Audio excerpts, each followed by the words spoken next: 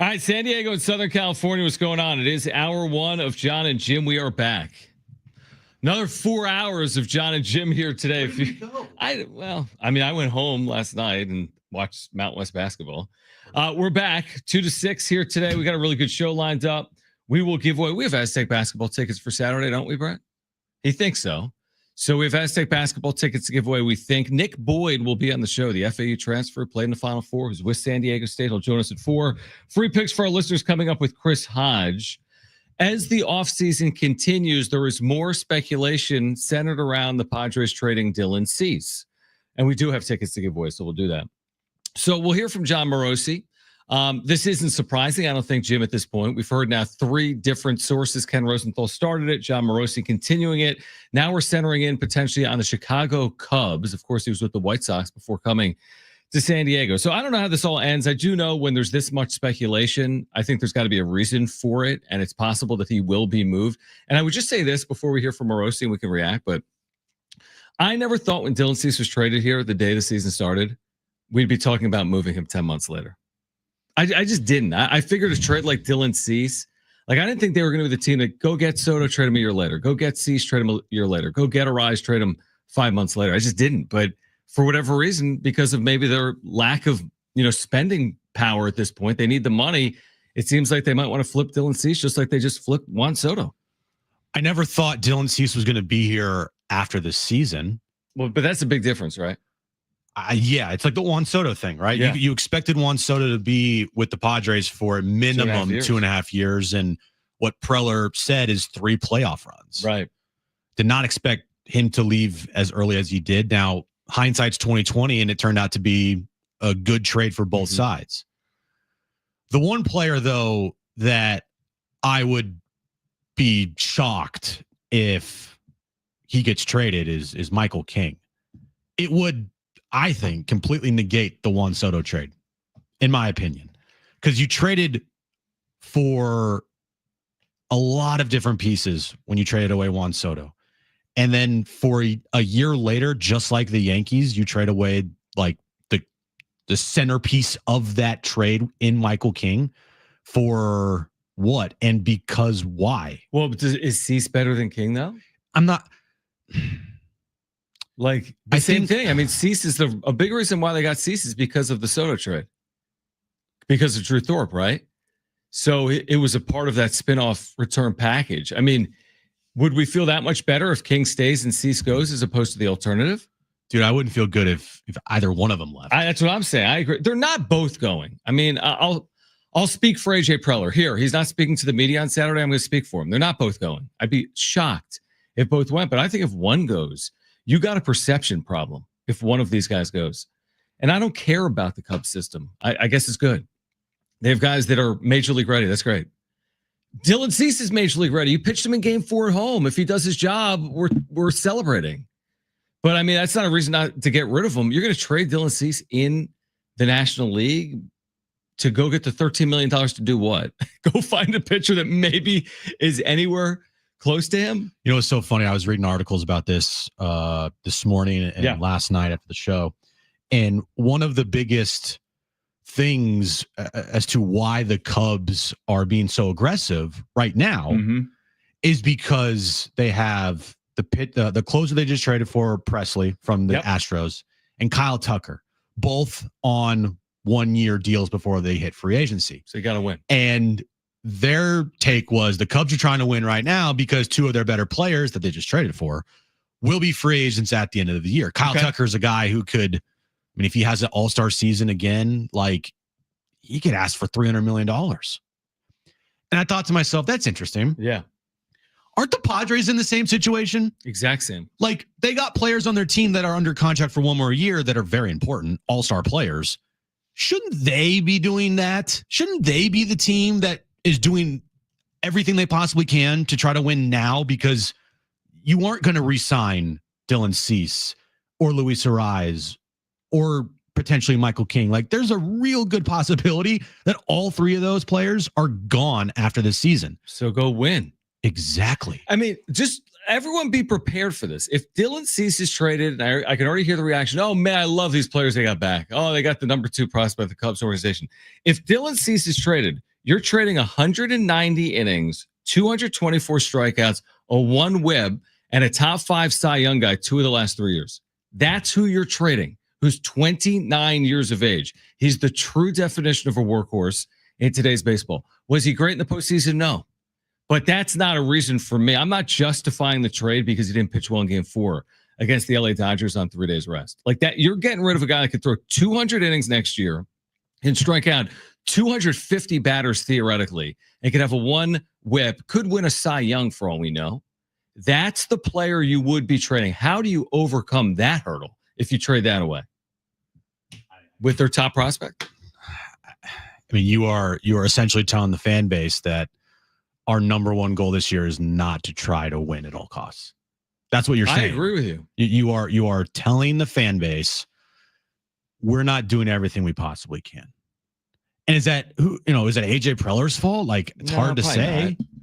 But the perception is you were very close, and now because of other reasons with the team, ownership, money, we have to trade these guys. And sorry, but winning at all costs is not the number one priority anymore. We could win. We could probably get lucky. We could compete. Like that's like the dirty little word in sports is compete. It's like since they expanded the playoff, you're right. Yeah, it's like everyone's hanging around for a playoff spot. It's like, hey man, hope we can compete. Right. Like no one wants to hear that. You want to hear we're going out and doing everything we can to try to win a World Series. Now they do mention we want to win a World Series. Every team wants to win a World Series. The Miami Marlins want to win a World Series. The Rockies want to win a World Series. And so when your team says we're looking to compete this year, that's almost a sign to the fan base like, all right, okay. but don't you also agree, and we'll hear from Morosi, I mean, we have time on this, but don't you also agree that with basically my whole premise for the offseason, which is someone is moving? Like, why is Jon Morosi reporting that the Padres have talked to the Cubs? And why is Ken Rosenthal saying the Padres have shot Michael King and Dylan Cease? Like, this is the smoke fire conversation, right? Like, there's a lot of conversation going on right now. Are the Padres really going to stand pat? Are they going to have all these conversations? And then at the end of the day, be like, you know what? King, Cease, Arise, Suarez, you're all back. Let's run this thing back. Let's push over the CBT number. Let's make no additional moves. I think they want to free up payroll. I really do. I think they want to get under the CBT. I think they think that freeing up payroll gets them flexibility. I don't think it makes them better. I think they like controllable players. I think you traded Dylan Cease. You go get 2 or 3 guys that you have for 6 years under control. Doesn't mean they're going to be good or not. But it just seems like they are heading down a path where someone is getting moved. But it almost seems inevitable that someone is getting moved. We've heard from no one. It's radio silent. The ownership's in flux. They have no money. They've done nothing. They're just standing pat. No, I think ultimately one of these players is moving. And the smoke now is starting to mushroom cloud where there's smoke, there is potentially fire. Right. Usually that's the case. So now when you see all these rumors, and we've been seeing rumors for the last month about Dylan Cease, and it hasn't been until recently where Michael King's name popped up as a guy that the Padres were taking calls on. Did you think we first started hearing that because they didn't meet on arbitration? No, but I do think maybe a little bit of it has to do with it. Yeah. I think one of the reasons why King's name has popped up recently, it isn't solely because of arbitration. I think it's because AJ Preller has a price tag on Dylan Cease that is so high that no one's willing to meet that. So now he has to go to plan B, which is Michael King. And can he get something back from Michael King? Because like you've been saying, and I agree with you, there's going to have to be a domino that falls at one point here with one of these players. Or how are they going to make everything fit inside this, quote unquote budget that they're now under? And if you can't trade Dylan Cease for the price tag that you have on him, and we know Preller, he's not budging, then you move to the next player that you can get a lot for, which is Michael King. So I just think it's like a trickle down. Like, all right, no one's taking Dylan Cease. All right, what can I get for Michael King? No one's taking Michael King. All right, what can I get for Robert Suarez? Like, so forth and so forth. As opposed to, what about just this strategy? AJ, if you're listening, and it's not on AJ. This isn't like a conversation solely about AJ Preller. It's more about their ownership. Oh, John Seiler, if you're listening, Seiler Bros, if you're huddled up by the iHeartRadio app and you preset Jon and Jim, which is what everyone should be doing, what about waiting until the trade deadline? You got a chance to be good. Dylan Cease is damn good. So is Michael King. So is Yu Darvish. I don't know if it works out perfectly. I don't know if they stay healthy. I don't know if they're as effective as they were a year ago. Wait this thing out. See it through. If it's rough water and you're 20 games out and you're 8 games behind the Arizona Diamondbacks and you don't have a realistic path to the postseason, I will be screaming from the studio top, trade Michael King and Dylan Cease. I get it. You don't get the same return. You don't at the end of July. But I would rather, it's a risk-reward conversation. The reward is too great to go trading Dylan Cease right now. If it doesn't work out, you'll get something on the other side. But why risk losing him now when you just won 93 games? We're 1 game away from getting to a National League Championship Series. And we don't know the budget. We don't know the financials of everything. And yes, we are pleading with the Padres. Don't do this. Don't do something like not irrational, but like it seems like it's not necessary yet. If you need to shed payroll, then trade Jay Cronenworth. Or Robert Suarez. Yes. Or if you had to trade Luis Ariz, okay. But whatever you do at this moment in time, do not trade either Michael King or Dylan Cease. Please don't do it. Are you more inclined if you can attach like Jay Cronenworth to Dylan Cease? I'm not inclined at all. But now the money gets big. You know, it's 14 for. I am with you, but it's like now I can get out from under a bad contract. That would be Cronenworth. Not awful, bad. So here's 11 million per year to Crony, and now they just took on my 14 from Cease, which is a value. But now I got $25 million to work with. I'm under my CBT. I have flexibility. I got rid of that bad deal for Jay Cronenworth going into his 30s. I'm with you. I don't like making trades to get out from underneath bad deals that I signed. But does it make you more interested in having the conversation if you're getting rid of more money as you move a player away? And what gives you any indication that they would use that money and go spend it elsewhere? Well, that's a great point. And how do you spend it? If you had $25 million, I mean, all the good starting pitchers are gone, are they not? It kind of reminds me, like I have a really good friend who makes a lot of money, but you wouldn't know it because he wears the same shirt all the time, same pants, same hat. And I was golfing with him a couple of days ago. You and Brent were golfing? No, not Brent. A couple of weeks ago. And he was wearing a hat that someone gave him and it was all crusty. And I'm like, dude, why don't you buy a new hat? He goes, because I don't want to. You know, like I don't need to. He doesn't, not that he doesn't need to, but he is the type of person, and I love him, that just kind of hoards his money, which is a good thing. Right. You know, and he's got money in the bank. You got money in the bank. Yeah. But what's the point of having all that money in the bank if you're not going to spend it? And if you traded away Jay Cronenworth attached with Dylan Cease, yeah, you'd free up a bunch of money. But where's the indication that they're going to go out and use that money to spread throughout the rest of the club? There's not. If anything, I would be worried that they would do nothing and be like, oh, we're now financially responsible. Right. We've got our house in order. We can balance our budget. We'll hear from Jon Morosi on the possibility of the Padres trading with the Cubs for Dylan Cease. That comes your way next. Do not go anywhere. Great giveaways today. We're here until 6 p.m. Are the Padres going to make a move or not? This is Jon and Jim.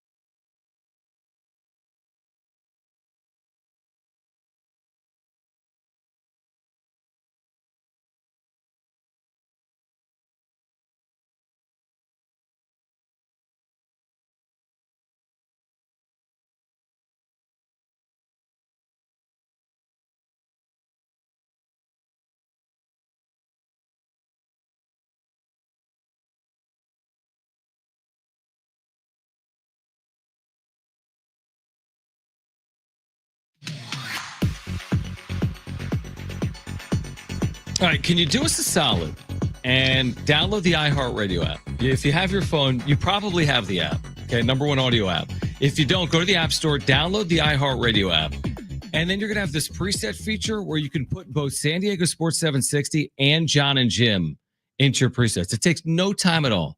Even if you don't have the app, it's going to take 30 seconds to download, 1 second to put the presets in. So the all-new iHeartRadio app, download it. If you have it, open it up and put us in your presets, Jon and Jim and San Diego Sports 760. I like how everybody on the planet can do it except for you, John. Right. I mean, there is a caveat. For whatever reason, my app won't update. But I'm so envious of everyone else's app that has the presets that I'm telling everyone, please, for the love of us, download the app and put in Jon and Jim in your presets in San Diego Sports 760. Do what John Schaefer can't do, Yes. which is have the new iHeartRadio app, have presets ready to go, have San Diego Sports 760 and Jon and Jim in your presets. Yeah, take it, like screenshot it and tag it, Jon and Jim, and I'll be like so envious. Oh, yeah. I'm going to be so envious. I know. Everybody has it. Yeah. Brent has it. I have it. I'll Sammy be has retweeting it. everyone if you do that. Screenshot You don't have it. Tag it, Jon and Jim. I'm going to be super envious. All right, let's hear from Jon Morosi, MLB Network. This was earlier today discussing the Padres, the Cubs, and Dylan Cease and what comes next. For the Padres, they're bumping up against much more of a payroll restriction now than they had a year ago, which is the impetus to at least gauge the interest in both Dylan Cease and Michael King as a way to bring back some younger, less expensive talent and also potentially create payroll flexibility to add free agents who might have their price tags dropping in the last days of the offseason. What I was told yesterday from sources is that one team to watch and the potential of moving Dylan Cease. And again, Dylan Cease is more likely to move than King because Cease makes more money, and therefore he would bring more payroll flexibility if they move him. So Cease is the more likely one to move. And one of the teams to watch, the Chicago Cubs. Why the Cubs? Well, here's why. They've got 7 of the top 100 prospects, according to MLBpipeline.com. And also, Robert and Harold, look at that column on the far right side. Estimated time of arrival to the major leagues, 2025. They're ready. For 6 of the 7. So they are ready, Robert. Exactly right. So pay, I think, extra close attention here.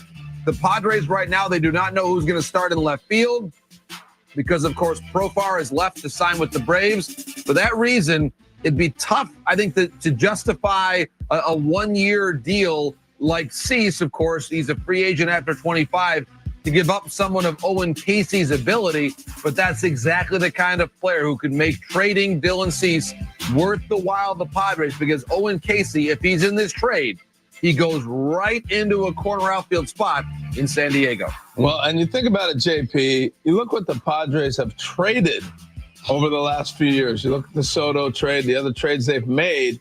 So if anybody knows talent, a lot of these organizations tout that they're talent, and then they get to the big leagues and it's, whoo. The Padres know talent. That's a good point. And they've done an amazing job of being, the guys in Washington speak for itself. They're big, they're real, the real deal. And so I think when the Padres are zeroing in on your talent, they know your talent and they know it's going to play when they make a deal. So they know what they have with Cease and they know what they have with King and able to spend those if they want to, but they're going to get players back that are big league ready. I trust them more than I do a lot of other organizations that say, oh, That's interesting. By the way, they would know what they would have in this player that he referenced, Owen Casey, because they drafted him. And by the way, Preller, has always had that like infatuation for like his own, right? Was in the Rangers system, later got Yu Darvish. He was in the Yu Darvish deal. They drafted this Canadian high schooler, this Owen Casey, in the second round. So, and that was in 2020. So, maybe there is something there that, you trade away a player like Dylan Cease, but they were the team that drafted Owen Casey and they do want to bring him back and they do know what he's capable of. Maybe that would be a key piece. But again, I'm not going to go buy my Owen Casey jersey tomorrow. I mean, I'd rather just keep my Dylan Cease jersey right now. Give me what this guy's done. It's been good. He is now 22 years of age, and last year in AAA, he had an 848 OPS with the Iowa Cubs, hit 19 home runs, drove in 75. The year before in AA, 22 home runs, 84 RBIs, a 918 OPS. He's been very productive in the minor leagues. Doesn't guarantee anything, but he's been a very good minor league player. He's one of the top players in their organization. Certainly, he has value. They might not be able to get him. To Jon Morosi's point, like, is 1 year of Dylan Cease worth getting rid of 6 years of control of one of your top position player prospects? If the Padres just came off of a 79 win season, I would be pushing Give me that guy so hard to get this guy. Yep. Coming off a 93 win year, when you're like, I don't know, pretty close, I guess. Right. You put him next to Merrill. Boom. I guess, but does that help you win next year? I don't know. That's a great point. Is he going to be Jackson Merrill in 2025, who Jackson Merrill was in 2024? Because say they make this trade, all right? Yep. Owen Casey comes, and last year Jerkson Profar hit you 280 with 20, what do you, 26 home runs? Yeah. Like 80 RBI, Right. 800 plus 800 OPS, right? Yep. If you got that exact same production from Owen Casey, which would be great, where are you getting the production that Michael King gave you or Dylan Cease last year? Like, it's like we weigh your options here. And yeah, but can you take the money? And you're right. So now we have Casey, we being the Padres. I'm AJ Perella. And I think he's the next Merrill. So now I got Casey and Merrill, and they're both under control. And now I got $15 million to work with. Now, I can't get Dylan Cease for $15 million. Be starting pitching costs more than that. Shoot, Max Scherzer just signed a deal right now with Toronto for $15 million. But can I take that $15 million and turn that into a starting pitcher? I'm not going to turn it into Dylan Cease. what, Jack Flaherty? Yeah, Flaherty's going to be more than that. I know. Right. If Scherzer's getting 15, Verlander's getting 15. Everyone's getting, right. That's the bottom of the barrel cost. Okay. Well, what's at the bottom of the barrel right now that's I cheaper move than that? Right, but then can I move someone else to go get starting pitching? Your point's valid. I mean, this is the puzzle they're putting together. It's not our puzzle to put together. So do you think that in order to make the necessary moves, like they have to trade either Dylan Cease or Michael King? I mean, it's becoming more clear by the day. I mean, last year we asked that question about Juan Soto. Like, is there no other option? Are they so firmly up against it and in between a rock and a hard place that they can't build out a functional 26-man roster without trading one of your top two pitchers? I think it's built right now. I think it has holes, but I think it's built. Tirso Ornelas, welcome to left field. Infield without Hassan Kim, you're still fine because of the Luis Ariz trade last year. Catcher, you're built out. Starting rotation, let Waldron and Burrito and whomever else figure it out. So I think it's built. I just think it's thinner than a year ago. But I don't think there's some gaping, glaring, absurd holes, maybe other than left field. Well, here's the one problem that you didn't mention is that DH? No, that's an issue. Yeah. Eggy Rosario. But they are so firmly up against the CBT number and now well over $200 million for the payroll next season. If they're okay with that, that's great. But then they can't make any moves in season without subtracting. Right. So they might have to move anyway. All right. We can continue to discuss that on the other side. I mean, they wouldn't listen. They might trade Dylan Cease, but they wouldn't trade this player, right? This position player. We'll discuss that on the other side. Don't go anywhere. It's Jon and Jim.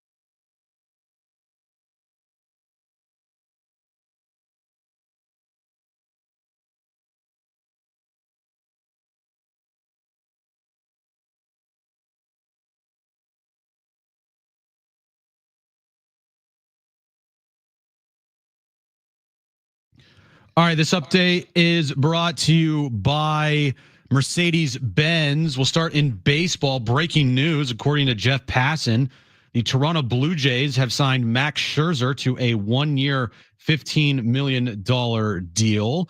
Moving over to the Aztecs. They take on Wyoming Saturday night, 5 p.m. at Viejas Arena, 4 p.m. pregame. Listen right here on San Diego Sports 760. And tonight is the Brian Dutcher Coaches Show at 6 p.m. right here on the station. At Mercedes-Benz, there's a reason they go the extra mile, from testing their vehicles in desert heat and Arctic cold to creating AI that can anticipate your needs and preferences on the road. They demand that every car is worthy of their star because it's Mercedes-Benz.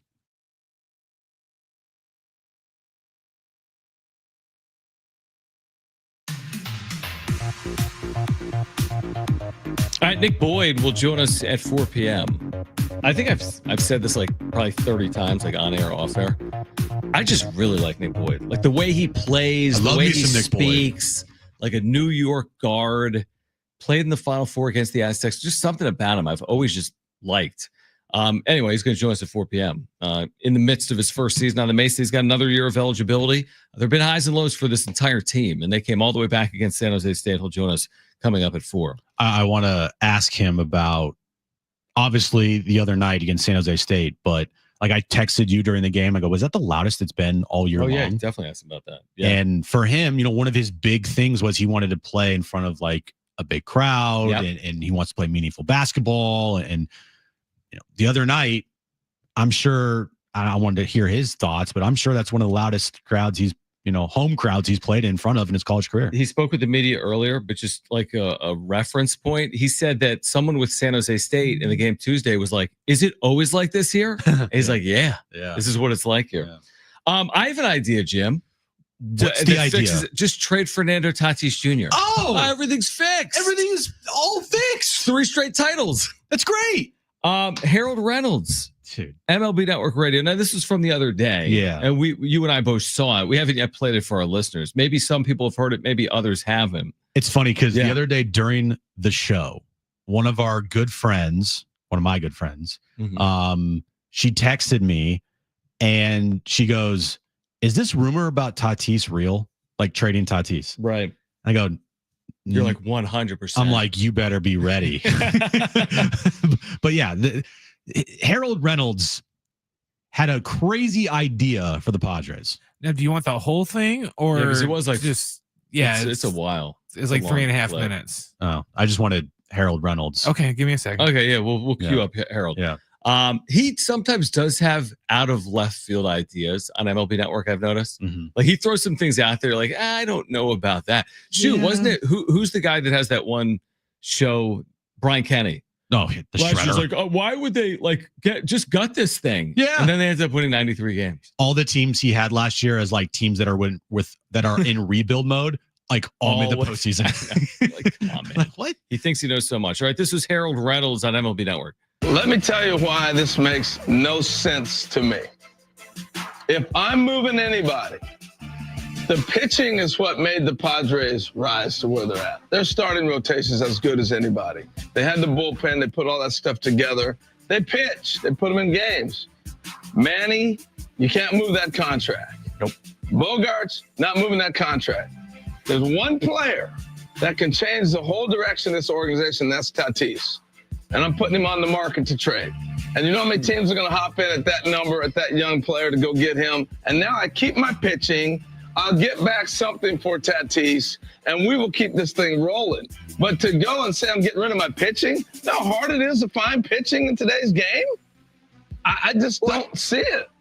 It's a fair point, Harold, and I would say this. With Cease and King, the reason why we're hearing their names right now is that they have only 1 year left before they become free agents. And so that is a real challenge for the Padres about what their future-looking rotation could be. They've got Darvish, who, of course, is starting to get up there into his later 30s. There are some questions about how the back end of that rotation fills out. So you're right about the value of Tatis. He saves the organization. He just does. He is. But think about this, Harold. We are now January 28th. The potential of being able to fully vet out the marketplace when a lot of other teams have already made their decisions I think it's. I get the idea. Come on, it's a little bit JP. too You late think of that right now name to out start there. that You got process. one day to make a move. You can do it in a heartbeat. I don't know that you're going to get the kind of response that you think you're going to get on it. Yeah, I mean, he's the only player in baseball history to have his first 3 years be his first 3 years. I know he was always hurt, and I know he's been hurt, but like, okay, hey, I can add 2 arms, but I got to get rid of my heart. Like Fernando Tatis Jr. Okay, maybe you can sell moving freaking Dylan Cease. You move Fernando Tatis Jr. Why don't you go move all your season ticket members too? Because you're gonna lose a lot of the fan base if you move Fernando Tatis Jr. The 3 largest contracts on this team are Manny Machado, Fernando Tatis Jr., and Xander Bogaerts. Mm-hmm. One of those has the potential to actually be not bad, and that's Tatis. Bad contract. Yeah. Yep. Because he's very young, and if he puts up the production that he has before in 2021, he just stays healthy, $30 million a year for the market, for the production that he can give you at his age, like, yeah, it's great.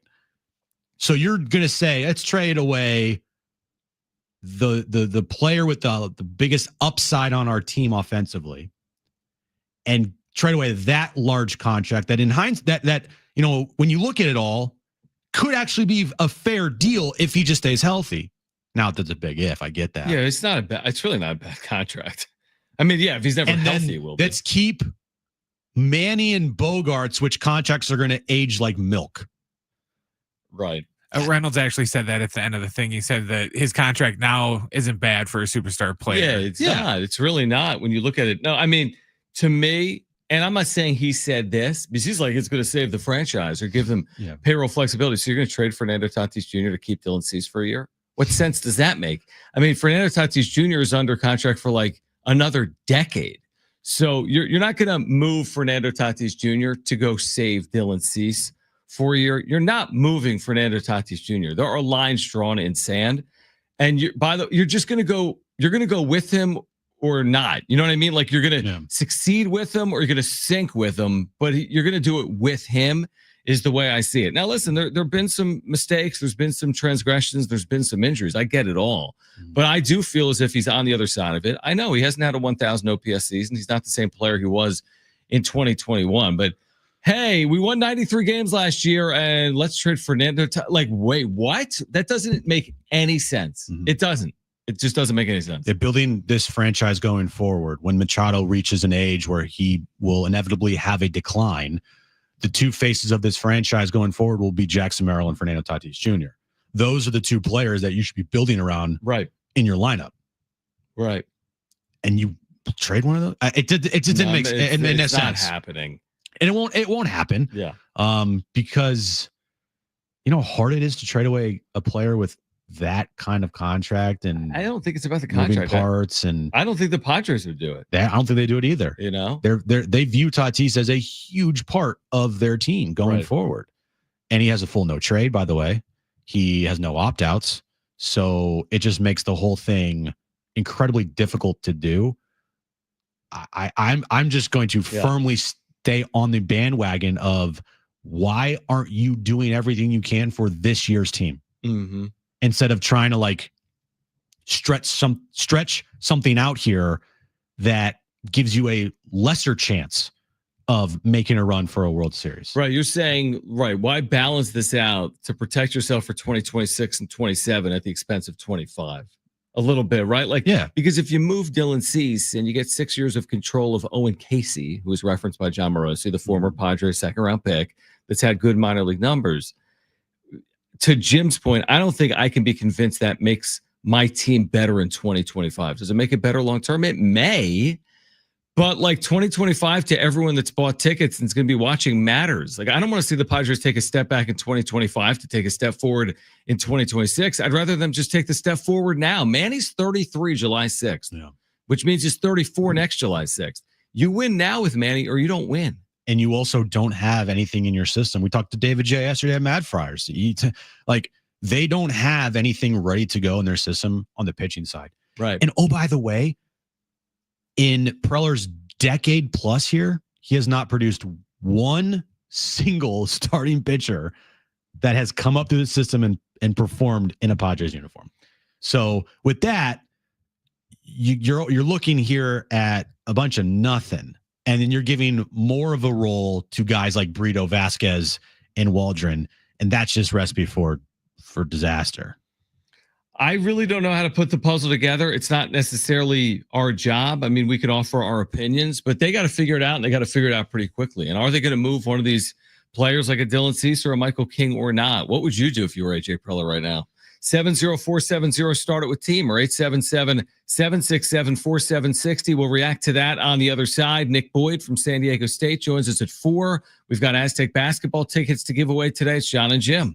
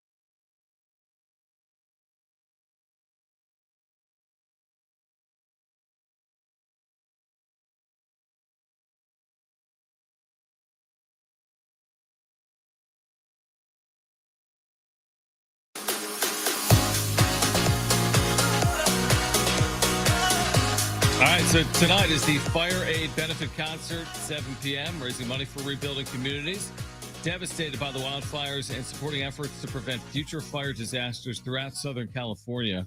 Broadcast on iHeart radio stations nationwide and on our free iHeart radio app tonight at 7.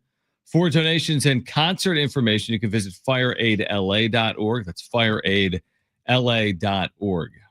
Do you think we get any Padres news before FanFest on Saturday?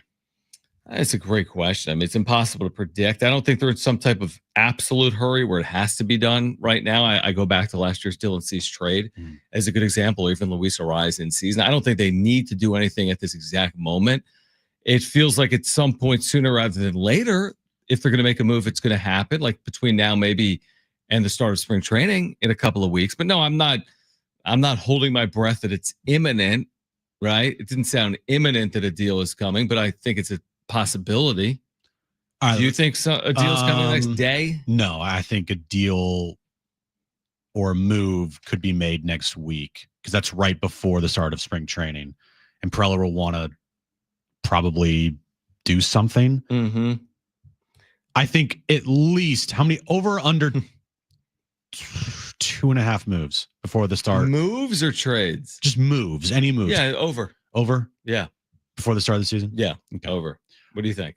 Yeah, I think over too. Yeah, there'll be moves. Like major league moves, not minor league moves. Right, no. Major league moves. Yeah, I mean, maybe that's a high number, but I guess my point is there'll be multiple. I'm confident in saying there'll be multiple moves. I think there'll be a trade, probably one of substance, significance. I think there'll be a signing. I mean, it might be Elias Diaz, but I think there'll be a signing. I think there'll be a trade. I'm pretty confident. I think, in fact, I think that if they shed Payroll, that's actually what triggers the moves. We thought maybe Roki was what would trigger the start of their offseason. It's picked up a little. They finally signed someone. But I think after losing out on Roki, maybe it'll be, well, now if we move Payroll, Robert Suarez or Dylan Cease, that will be the true beginning of what we're about to try to accomplish. Do you think that the promotions department is sweating bullets right now? About like Dylan Cease bobbleheads or Luis Arraez bobbleheads? Michael King bobbleheads? No, because they know it's not on them. That's like if your boss makes a decision. Now you got to go clean it up. You got to go get all of these bobbleheads that you put orders in for and figure out what you're going to do with them. What if they've already been made? What if they're just kind of sitting there or not? Can you cancel an order? I don't know. Can you be like, just kidding? I think they're on the way. Like, I think you plan that out well in advance. You don't just order bobbleheads and they show up a day later. Well, you would do everything in the 6-month process. Yeah, you create the bobbleheads in the off season. You have the orders, and then hold off. Maybe that's why the bobbleheads are towards the end of the year because it takes such a long time, and maybe gives them an opportunity to potentially cancel that order. They got more concerns. I mean, it's funny because other teams have had this. They have more concerns than their promotional calendar if they do that type of move. Could you imagine of the 6 bobbleheads they have this year? Yeah, half of them I traded could be gone mid-year. Yeah, I mean they won't, or sooner than that. I don't think that'll happen. Now, I would do anything if I was AJ Preller and my team wasn't good to get out from underneath my major league roster. Like if July 31st came, I'd move everyone. Preller and Grupner are completely different. I don't think Preller's sitting in his office and be like, we can't trade Michael King until the bobblehead night. No, and honestly, even then, bobblehead night's after the trade deadline. So I think Preller doesn't care about any of that. Maybe he doesn't even know about any of that. I'm just saying, like, from a promotion side of things, that their sole job in the promotions department is worried about giveaway nights and promotions of these giveaway nights. You know, like 320, we have Matt Savant from the San Diego Gulls coming in to promote the Bill Walton bobblehead night tomorrow night at the Gulls Arena. Like, people like that inside the Padres organization, which is their sole job to do that. Yeah, they're sitting there like, oh, half of our bobbleheads, those players could be gone. Well, maybe you can include that in the deal with the Cubs. Hey, do you want these 40,000 Padres themed Dylan Cease bobbleheads as part of the deal? Yeah, you just have to paint them. Here's the thing. I'd still give them away. Just give them the heads. I'd still give them away. Because glue them onto Cubs bodies. Yeah. They'll still give them away. And at the end of the day. Will they, though? I would. If those players are gone. I would. I wouldn't. Dylan Cease, he threw a no-hitter. So you're signifying an event. They didn't give away the Fernando Tatis Jr. bobblehead. That's because he was suspended for PEDs. But he wasn't here. They did give it away later in the year. Yeah. Because he was next year. Because It's because of the PED suspension. They took them off their marketing messages. It's their least concern. I know, John.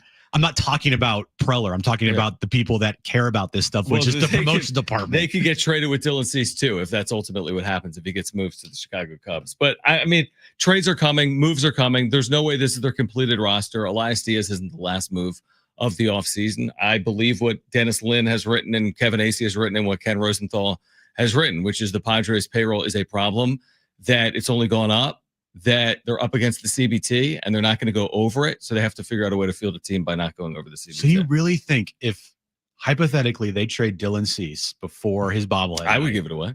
They're going to give away that bobblehead, you think? I mean, who cares? I don't care. I haven't thought You don't that. care. I'm just offering my. A lot of fans would, though. Like, why would I want a Dylan Cease Padres bobblehead? It's not even a team it's anymore. better than getting nothing, I guess. I guess you could give away like Tatis stickers. You could change or Owen it Casey. You could do Owen Casey. Dude, having worked 15 years in minor league baseball, these things come from China. You order them a year out.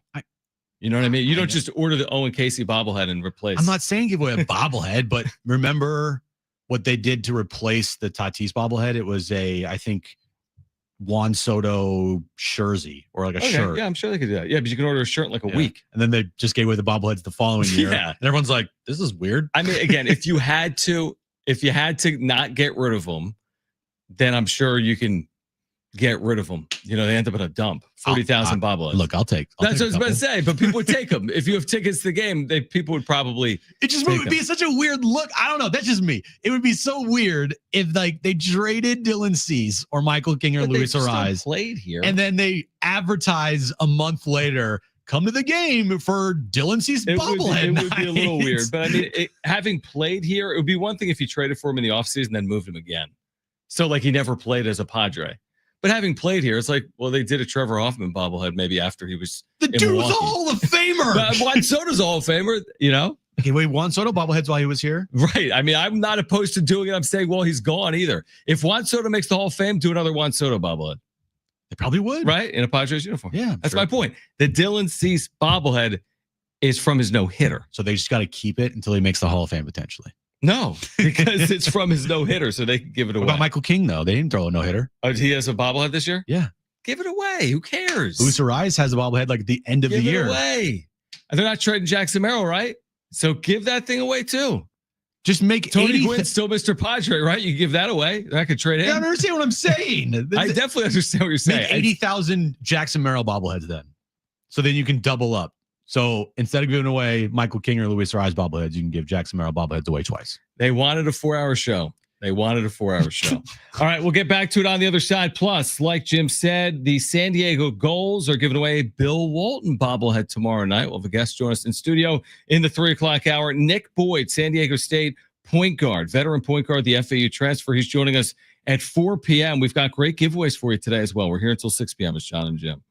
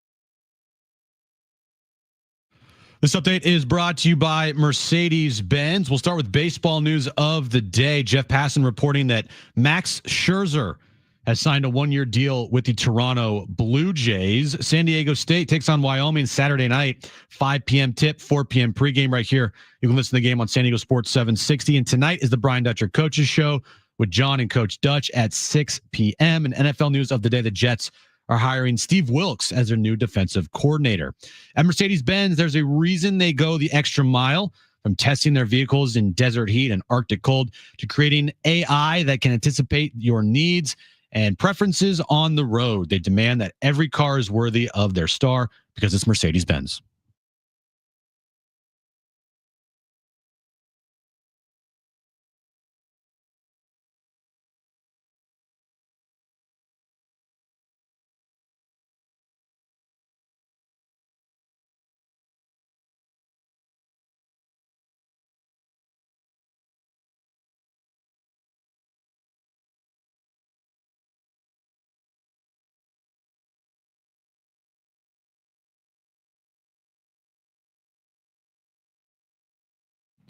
All right, San Diego and Southern California, what's going on here until 6? Nick Boyd, Aztec guard, will join us at 4. We'll give away Aztec tickets for Saturday coming up after that conversation. We're talking some San Diego Gulls. Bill Walton Bobblehead night is tomorrow night, so we'll be talking about that in studio coming up this hour as well. I saw a text I wanted to lead with.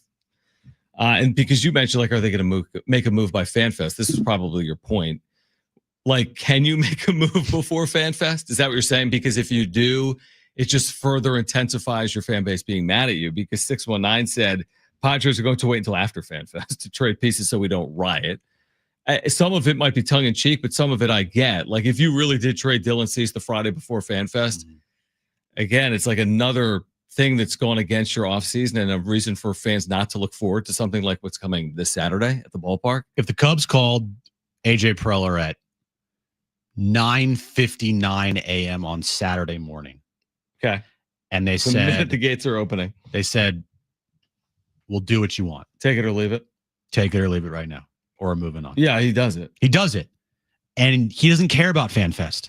And then it will be incredibly awkward, and everybody will be going into Petco Park, looking at their phones, seeing that they just traded Dylan Cease for Michael King, Right. and Dylan Cease is scheduled to be talking on Saturday afternoon to the media. Right. I guess they'd have to make that change. Yeah, I think they would. Easier than having to replace 40,000 bobbleheads. But it does not matter what time of day it is. Like you said, if someone calls and they say, "Look, Preller, AJ, bro, we'll meet you where you want. Like, you want this guy? All right, cool, you got him." Right. They're going to make the deal. Yeah, definitely. If it's Super Bowl Sunday morning, and they might make the deal and then not announce it until the next day, but it would be incredibly weird if they had a deal lined up for Dylan Cease on FanFest and then they don't announce it and he has to talk to the media, and then right after that he gets traded or that comes out. You know, it's funny. We've been having this conversation for like 15 minutes, and you and I agree on this. Like you said, AJ Preller could care less. It's like everyone works in a job where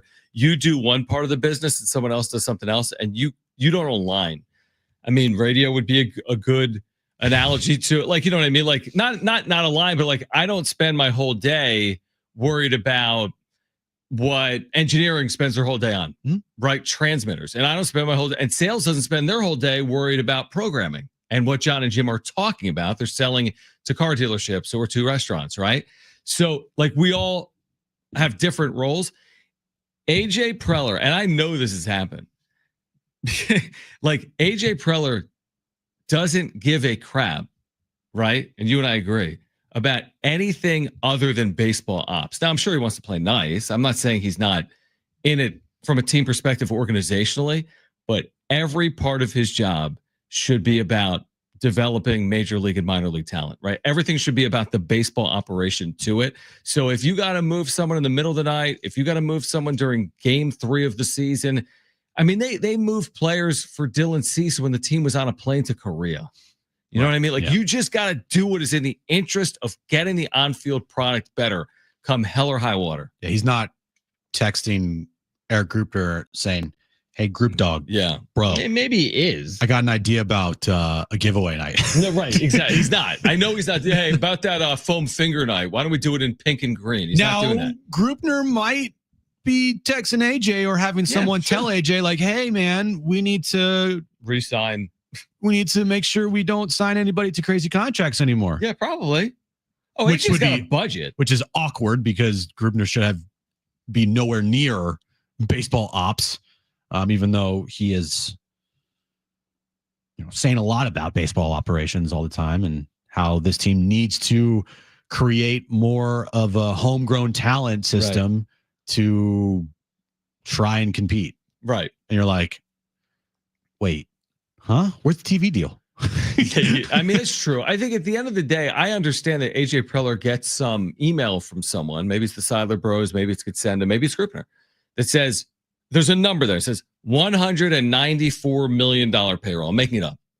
Give or take 1%. You can go 1% higher, but you can't go 20% higher. That's tens of millions of dollars. So there is a payroll. They will not disclose it with us. I promise you there is an email or a document or a meeting. But every year it's different. I promise you they've had the conversation. You will not exceed this threshold. I promise you that conversation has happened. Again, they're not going to disclose it to us. I don't know that number. That's where Preller's job starts. He has to stay within those parameters. He can't go rogue and be like, yo, I talked to some buddies. We started GoFundMe and we raised another $2 million. If the number's 194, the number's 194. And that's now his job. So he got that number from someone. And that's my concern, that the number doesn't fit the Padres roster. Therefore, he's got to make a move to fit that number. Well, luckily, he's got things up his sleeves and down his pants still, and he's raring to go, just making moves left and right. You know what he might have down his pants? Wanting to make moves left and right. You know he's got down his pants? He's got Jim Bowden on foul territory. He's got Jim Bowden down his pants? He's got Jim Bowden down his pants talking about Xander Bogaerts and potentially trading him. Oh, must be nice. Yeah, right down his pants. Yeah, that's not happening. That's something that's not pulling out of his pants. Are you sure? Let's hear from Jim Bowden on the Foul Territory podcast. Well, it's definitely an ownership issue. There's no money, and they're projected to make significant losses.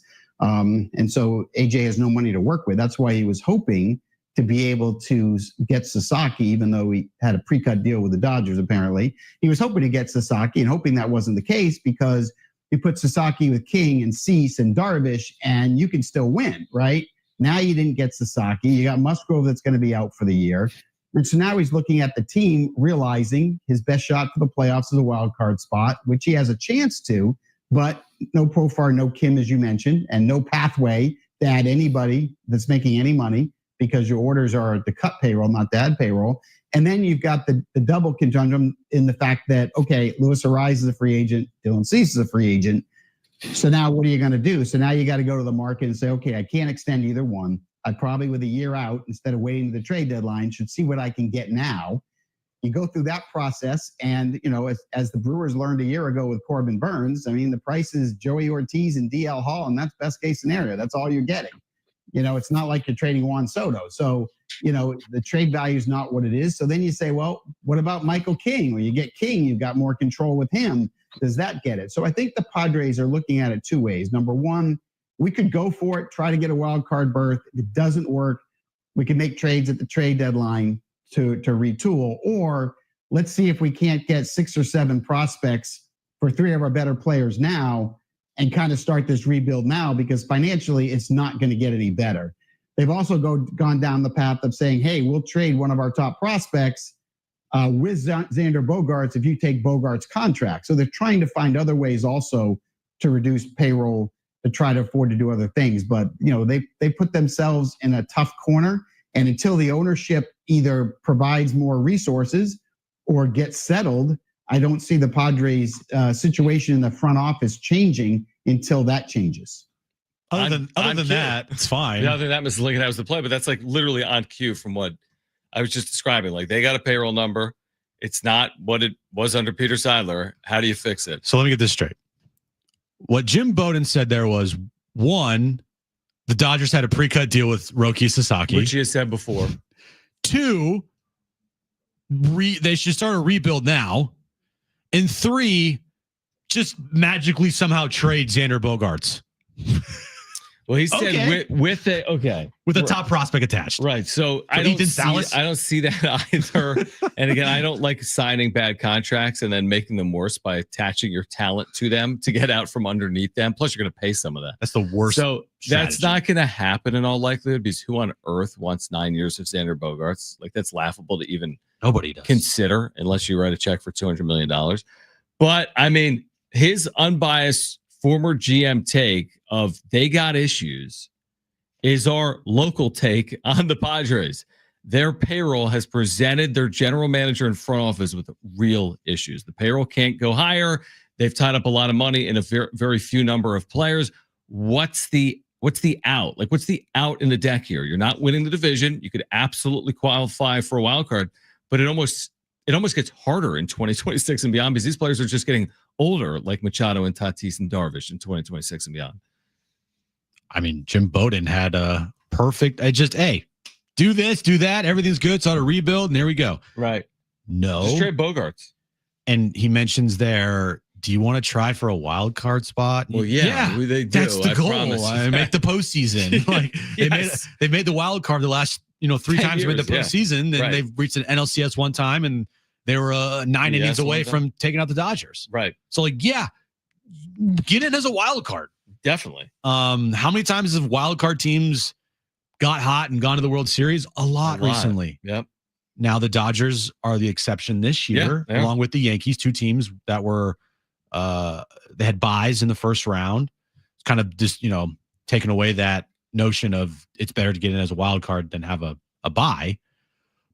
But I think it would be foolish to say making the playoffs is not something that we should be trying to do. Yeah. You're saying no, they absolutely should be trying to qualify for the playoffs. I mean, the worst case is you try and you don't make the playoffs. From Jim Bowden's perspective, not the Padres' perspective, but from Jim's Bowden perspective, thing. he's saying that. Here's what they should do. Hire Harold Reynolds and Jim Bowden and AJ Preller. So you're trading No. Tatis, you're trading Bogaerts, you're moving Salas. Jeez. I mean, It's not fancy baseball. but what it is I get the point if you're trying to say that there's some rough waters ahead, even in 2025. Even the Dan Zimborski projections from Fangraphs, like, hey, high 80s is a reasonable projection. But by the way, their floor is really low. Yeah. If things don't work out with this team, it could get ugly. But that goes back to our point from earlier, which is like, if things don't go well, trade off pieces in the season. I just wouldn't trade off pieces before the season. Leah in our chat on YouTube says, why are the Cardinals so quiet? And they're a storied franchise, but they've done nothing this offseason. And along with the Padres, my take would be the Cardinals aren't good. They haven't been the They last couple of years. don't have the pieces the Padres have. They didn't make the postseason last year. Yes, they are in a position where it would be foolish to go out and start spending all this money Just to reach. Yep. The Padres are in a position where they were firmly in the postseason picture last year with a lot of core pieces returning. Yes, they're going to miss Profar. And yes, they're going to miss Joe because of his Tommy John. But if you're the Padres and you're not trying to capitalize on that 93-win year and back it up with another postseason run, then that's just foolish. And by the way, I give the Cardinals the benefit of the doubt because they finished under 500 once since 2007. That too, yeah. The St. Louis Cardinals. Right. I mean, they know what they're doing. Even off and off year, they know what they're doing. Let's sneak in a call here. Rick on line 2-877-767-4760. Rick wants to weigh in. You're on with Jon and Jim. Yeah, hi guys. Hey. I appreciate how direct you guys are. So I've lived in San Diego 49 years and been a Padres fan for 49 years. I've seen a lot. And I appreciate you had that clip with Jim Bowden. So as far as I'm concerned, rebuild or honestly, it's a fire sale. Thanks. Thank you. Thanks, Rick. Aren't a rebuild and fire sale the same thing? Not necessarily, because honestly, If if you do a fire sale, you're not even rebuilding because it's hard to win if you actually lower your payroll like that. well, you're selling off all the pieces for a bunch of prospects to rebuild, right? True, but I guess the fire sales, you don't then use the money. Rebuilds should use right? Like that's been my point. If they trade Cease with Cronenworth, I would spend the money. If you don't spend the money, that is a fire sale. Okay. Right? Yeah, but it's also considered, like we just talked about the Cardinals. They're not spending money because they're in a rebuild. They're smart. 71 wins 2 years ago, 83 last year. They got to figure it out. I trust in them more than I trust in this ownership group. I'm just like worried if those things were to happen and they had $20+ million that they saved somewhere, that they're not going to spend that. And then what would you call it? I would not call a rebuild. That negligence. I'd call it a fire sale. That's what I'd call it. Yeah, probably. Okay, fine. You know, I'd call it a shootout. They shed $100 million last year. It shouldn't be that. We shouldn't be talking about this. We should be talking about what they're doing to get better and how are they going to capitalize on what they did last year. You're right. Instead, it's just Dylan Cease going to be traded or Michael King, Luis Ariz. They got to trade him for money. No fan wants to hear that ever. You know what they do want to hear? About the Bill Walton Legacy Night, which is tomorrow night at Pechanga for the Gulls. They're giving away Bill Walton bobbleheads, and we're going to have a guest in studio from the Gulls, Matt Savant. Will join us on the other side. We'll talk about tomorrow night, Bill Walton Legacy Night with bobbleheads for the first 8,000 fans. Let's discuss next, Jon and Jim.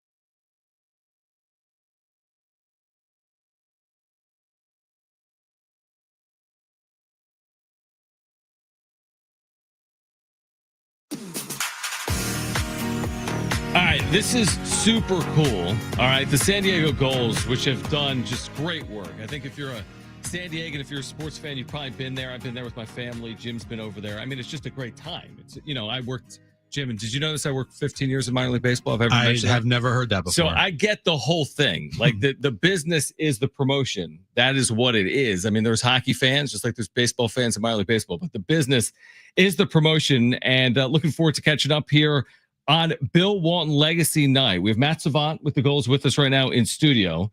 So first of all, Matt, it's great to see you. Now, tomorrow night is the Bill Walton Legacy Night. You're giving away bobbleheads to 8,000 fans tomorrow.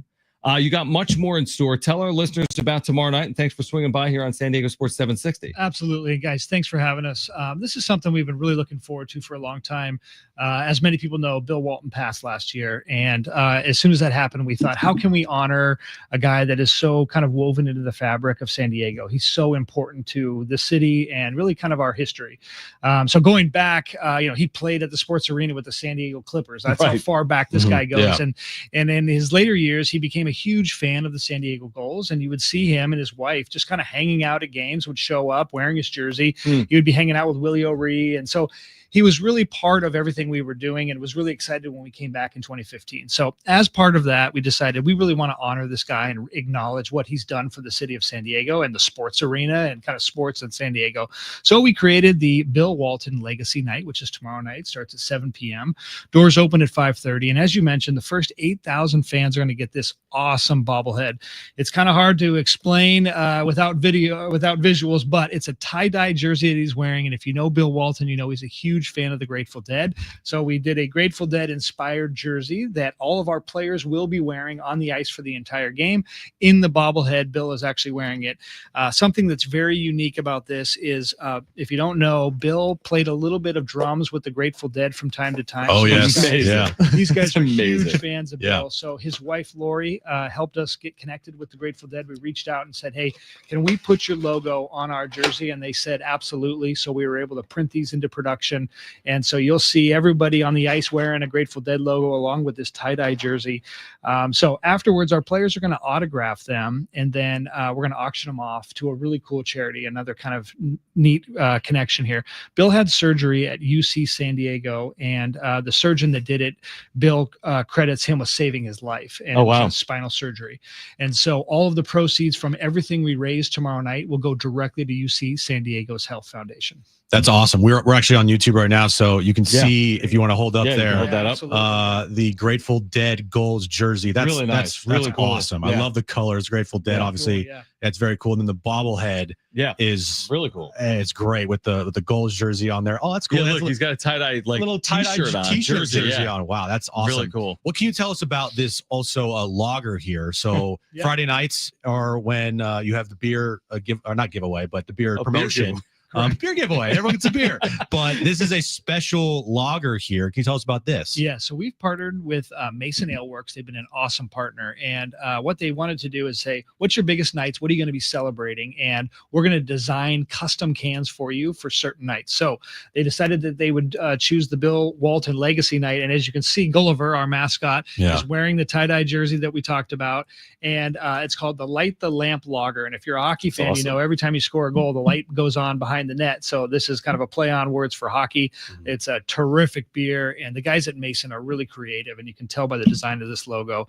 They really get into these theme nights. And then so every single Friday night Gulls game, it's $5 for that beer, and it's terrific beer. Wow. So come out and check it out. All right, so for our listeners right now, there's still tickets available for tomorrow night? They are, and I will tell you, they are moving fast. Okay. So if you want to go check it out, either go to our app or sandiegogulls.com and click on tickets and get them, because they're going fast. And the reason they're going fast is obviously people love coming to Gulls games, but it's more of a celebration of San Diego and Bill and Bill's legacy and what he's done for the city and the county of San Diego. So that's why I think this is moving so well and people are so interested, because we're going to be honoring him throughout the night. And there's a lot of history and there's a lot of memories that people have of Bill. So we're really excited to honor him. It's going to be awesome. And that jersey that you have right there that they're going to be wearing tomorrow night, is that jersey going to be available for fans to be able to get in some capacity? Yes, it will. We've got a few hundred set aside for fans to purchase. Oh, wow. So those two are also going fast, but we've got them. And again, if you're a fan of the Dead or you're a fan of Bill, or you're a fan of hockey, come check this one out because it's so unique with that Grateful Dead logo. It's going to be awesome. Before you go, because again, having worked in minor league baseball, and I understand that a big part of it is like the promotion as much as the game itself. For our listeners, because you got games going on through the winter, right? February, March into April.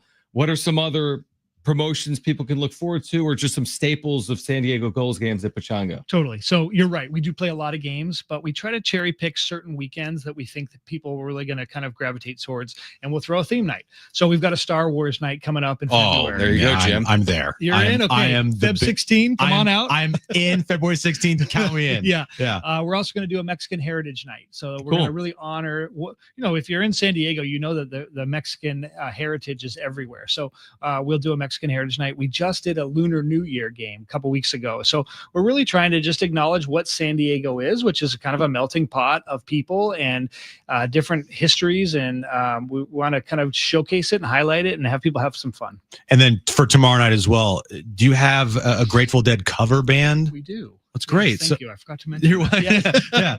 So Electric Waste Band Really is cool. a cover band that Bill also actually used to play drums on.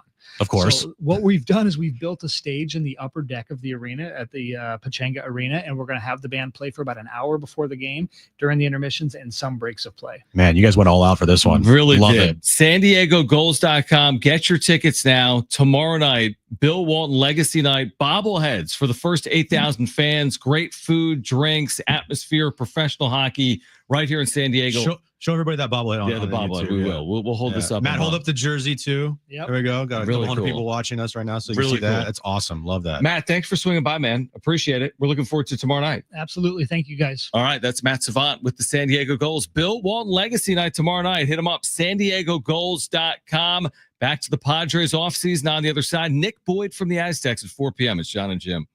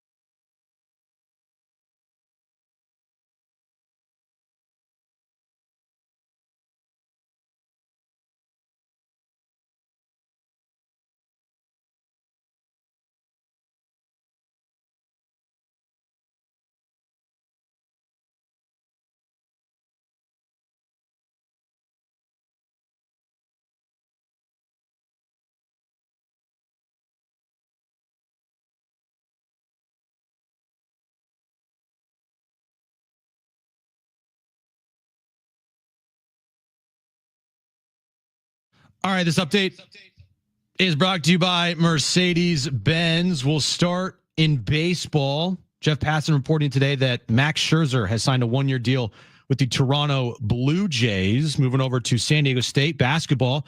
They take on Wyoming Saturday night, 5 p.m. tip, 4 p.m. pregame right here on San Diego Sports 760. And tonight is the Brian Dutcher Coaches Show at 6 p.m. right here on the station with John and Coach Dutch. At Mercedes-Benz, there's a reason they go the extra mile from testing their vehicles in desert heat and Arctic cold to creating AI that can anticipate your needs and preferences on the road. A demand that every car is worthy of their star because it's Mercedes-Benz. All right, great stuff with the San Diego Gulls. Again, tomorrow night, Bill Walton Legacy Night out of Pechanga Arena. Tickets at sandiegogulls.com. I love this type of stuff. I know you too, because this is all you did for 15 years. I mean, it's what gets people through the doors. You know, I mean, it really is. Like, what do they say? The number one promotion in minor league baseball is fireworks, followed by weather. So, like, the reason people go is because it's a nice night. The reason people go is because of fireworks. The number two promotion in baseball is bobbleheads. So, I mean, it's tried and true. You give away a bobblehead, people will show up. You have nice weather at a baseball game, people will show up. You have fireworks, people will show up. And the cool thing about this bobblehead is that it's not just a bobblehead of Bill Walton, but they went the extra mile and got the actual material for his jersey. Right, you know, because he's wearing a jersey. Yeah, because a lot of times, you know, you get the bobblehead and the jersey's a part of the bobblehead. Right, exactly. Like this is actually like a shirt on top of the bobblehead character. Yeah. It's not really ceramic or anything. Yeah, exactly. Yeah. All right, 858 jumping off point here. All right, off the text line 70470 started with team. I'd say move the big five. This is what 858 says. All right, talking about a rebuild or a fire sale. He says move Machado, Darvish, Tatis, Bogarts, and Musgrove. And then he says, we need to be realistic. We need to be realistic about this franchise, guys. Get a bag of baseball, stack your farm league, and rebuild. This lawsuit is going to kill the organization until they sell, which will take years. My family's had season tickets since 94. I've seen this happen before. Padres fans are in for a downward trend. The fans will pay the price based on false hope. Bring in the Cubes. I think he's hinting at Mark Cuban. Oh, Mark Cuban. Okay. Well, I don't think they're going to move the big five. No, I don't think they are. Let me just...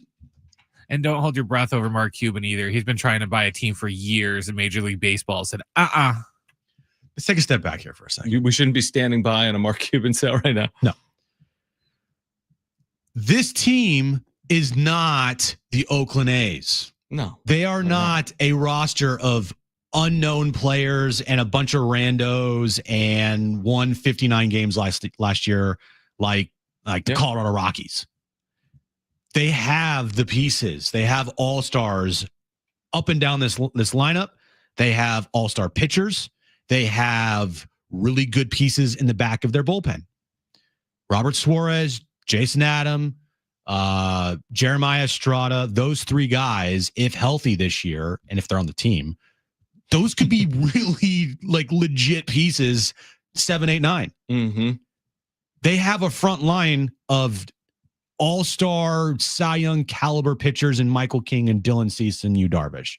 They have a top four of the lineup that is a batting champ, the best center fielder in baseball last year in the National League in Jackson Merrill, a guy that can hit you 40 home runs in Fernando Tatis Jr., and a consistent 30 home run, 100 RBI guy every single year in Manny Machado. Still in his prime. He's not 45 years old. He's like 33 years old.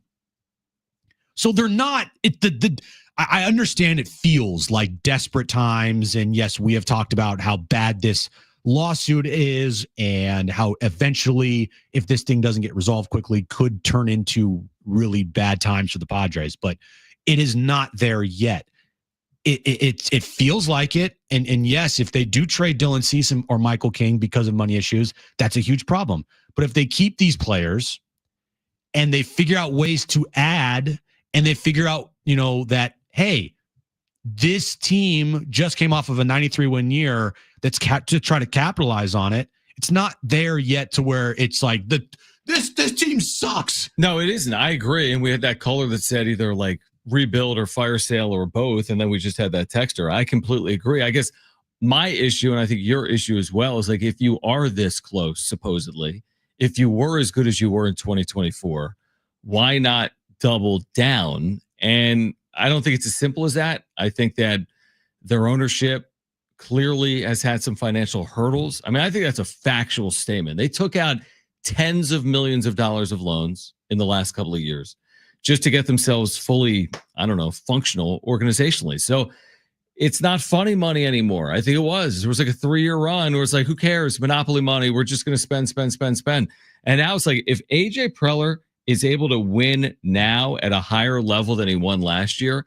then build statues, because it just seems like that's not overly realistic. If he does it, he's going to get a lot of credit. And I've also said that if they don't win at the same level as last year, I'm not going to pin the blame solely on AJ Preller. I'm going to put it more in ownership and their lack of spending power here in 2025. But yeah, you're right. I mean, they're not going to win 60 games. They're not. And they're not going to win 100 games. So they're going to be like the other 28 teams in baseball. They're going to be somewhere in between. They should absolutely be vying for a playoff spot. And they should be entering the season acting like that, which would be keeping Dylan Cease, not trading him. Now they got to make sure that there's no injuries to major players. Yeah, which they have no control of. Period of time. Yeah. And that happens every year. Yeah, exactly. Someone will miss a good amount of time. Yeah, unfortunately. so a player will miss a game or two, or weeks or two, or months, or, unfortunately, it happens. Look at Tatis last year. How much time he missed? A lot. You're right. And they had to piece it together with David Peralta and you're right, Brandon Lockridge, right? So one of their core players will miss time this year. Unfortunately, it's likely. That's how baseball works. And that's where things get scary, because if that and when that does happen, the depth of the team is yeah, it's an issue. Bad. Yep. So it's not dire. No, it's not. I don't agree with the text and the call. I mean, we've made I've never advocated to rebuild the whole thing. I've never advocated for a fire sale. It's not great. No, I mean, it could be better, it could be worse. It's not Oakland A's dire. And the interesting thing there is, or Rockies. Yeah, I mean, maybe Oakland will look different in a few years, but I'm just looking, by the way, at Spot Track, right? The payrolls from last year. Yeah. And like, the thing is, like, spending is oftentimes tied to winning. Not always, but the teams that don't spend, like Pittsburgh and Oakland and Miami, don't win. And the teams that do spend, like the Yankees, the Mets, the Astros, and the Phillies, and the Dodgers, and the Braves, do. So again, not a direct. There are teams that don't spend a lot. Milwaukee, Baltimore, they've had good runs. And there's teams that do spend a lot. Toronto, and they're not very good. But by and large, there's a trend here. This isn't rocket science. If I have more ability to spend, my team should, in theory, be better. This is the issue that the Padres are going to run into. If they're going to be in the middle, how are they going to win like the teams at the top in payroll? Good question. A lot of Jackson Merrills and a lot of Owen Casey's.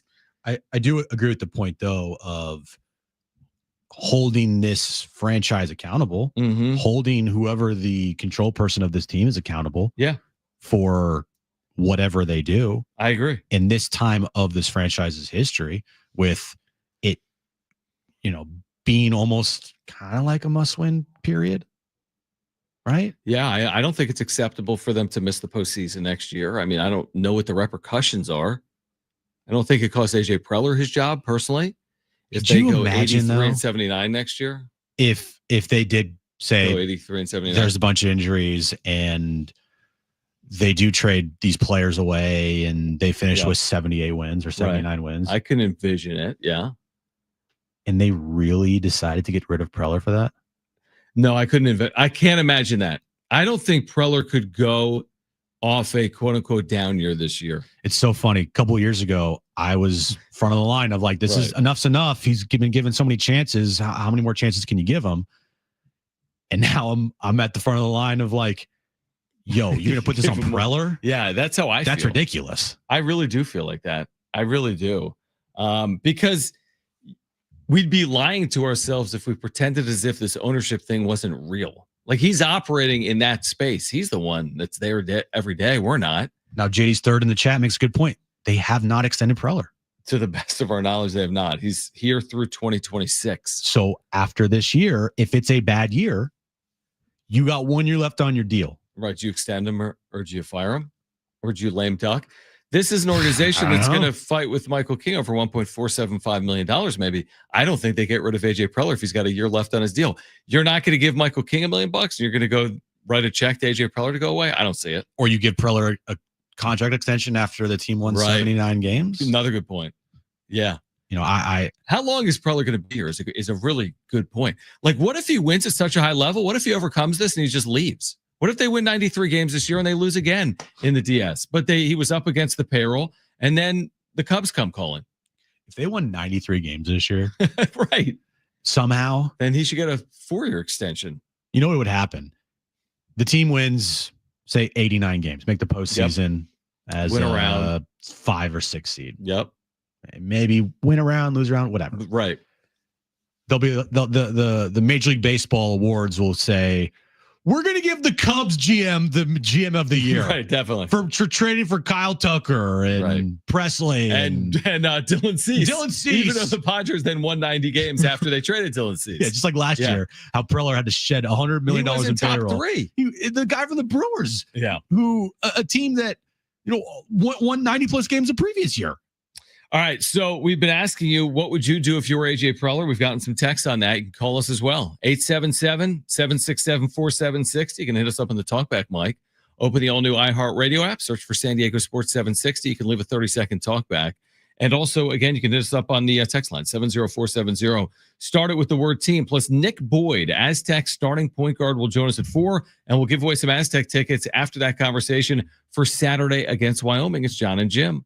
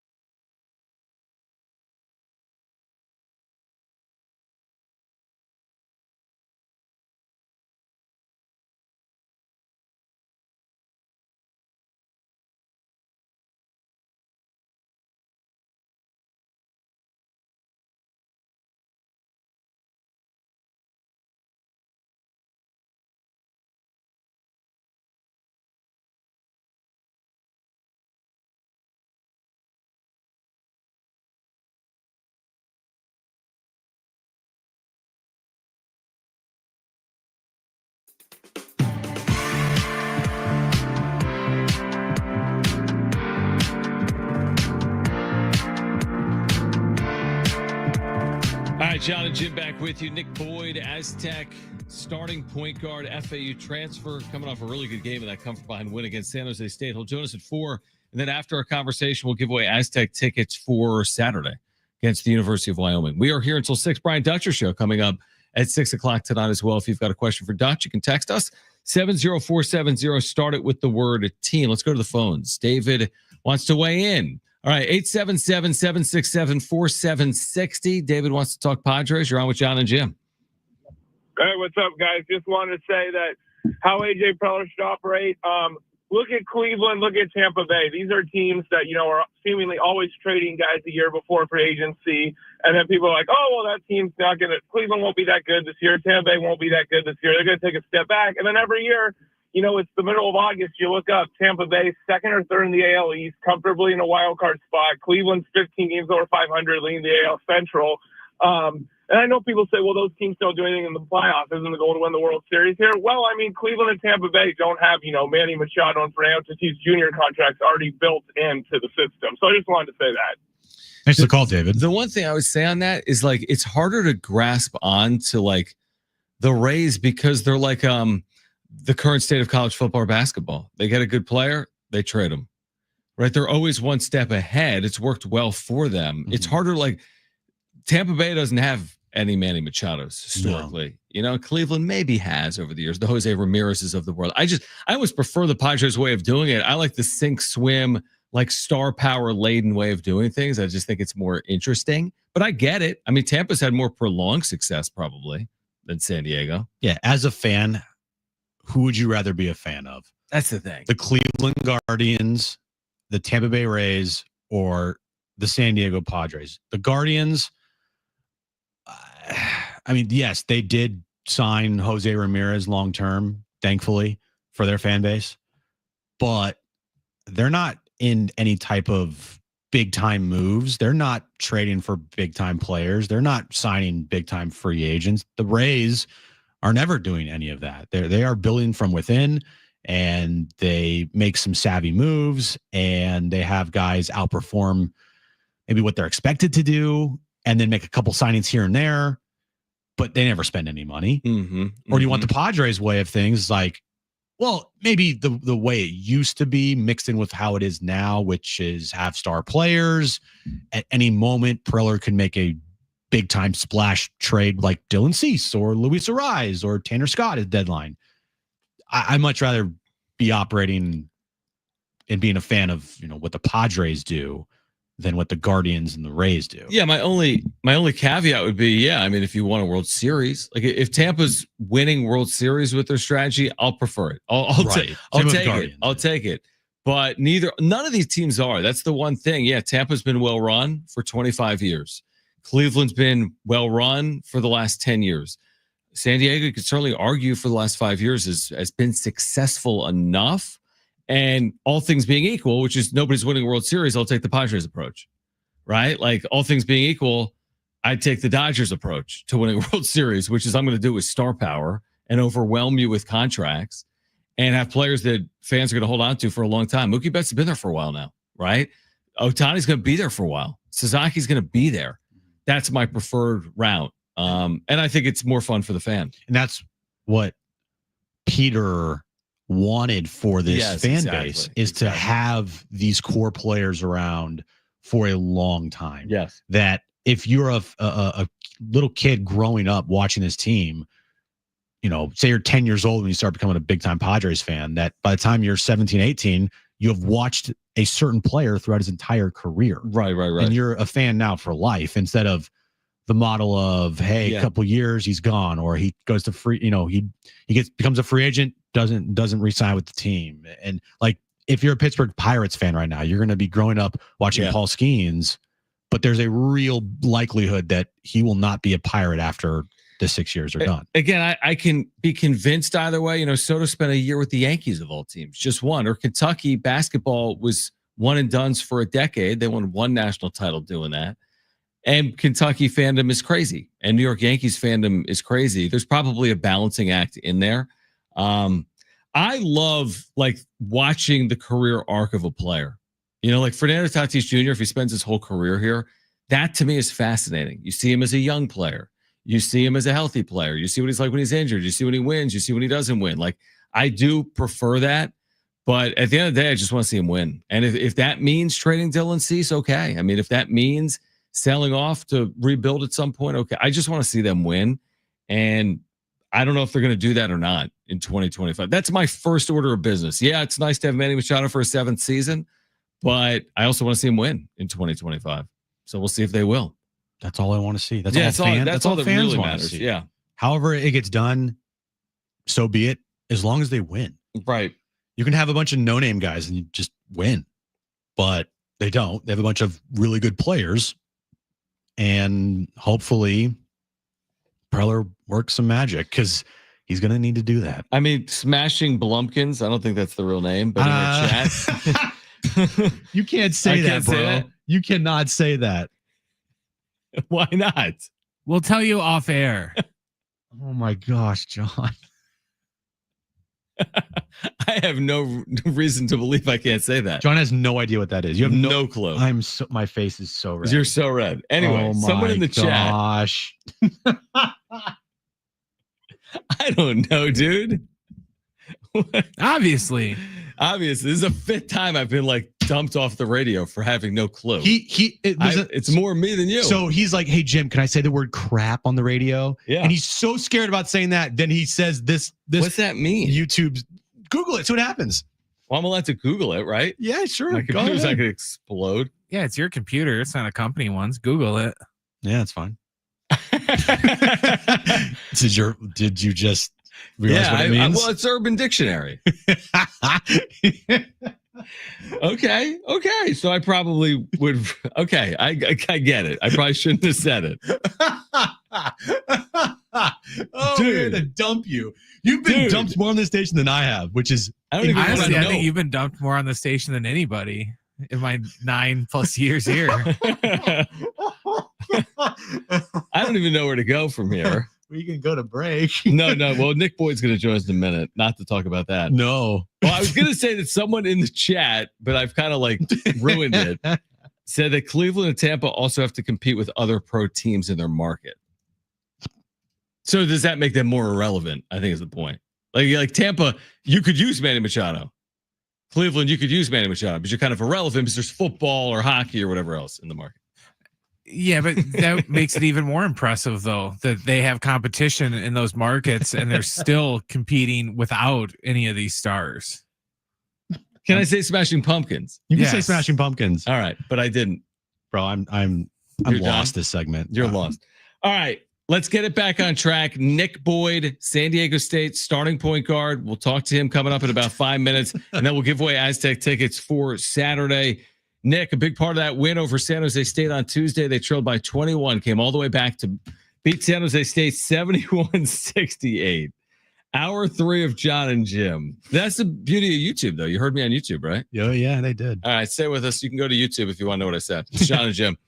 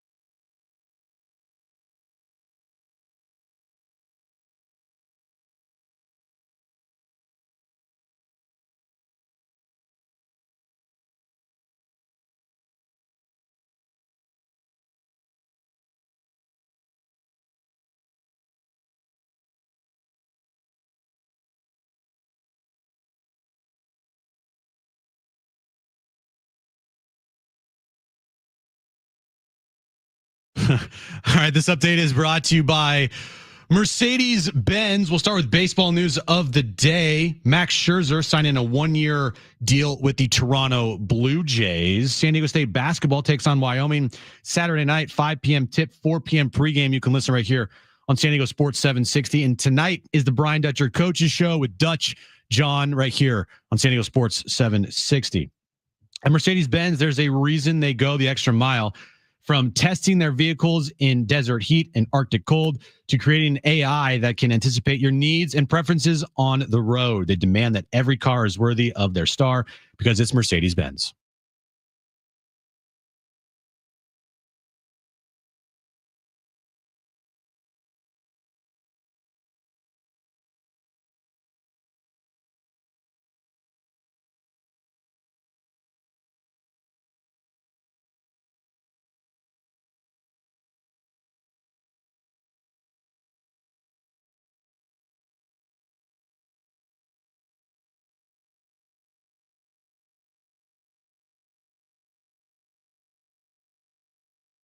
All right, San Diego and Southern California, what's going on? This is hour 3 of Jon and Jim, and we've been talking about the Aztecs, another conference game Saturday at 5 p.m. And after our conversation right now with Aztec starting point guard Nick Boyd, we're going to give away Aztec tickets. We've got a pair of tickets for Saturday. Great start time, 5 p.m. University of Wyoming will be here. So that's Saturday at 5. We'll give away those tickets after we catch up with Nick. And Nick Boyd, again, it's been honestly from our seat, Nick, it's been such a pleasure to watch you play here in your first season on the Mesa. You put together a really complete game in that come from behind win against San Jose State. And first and foremost, just thanks for joining us today.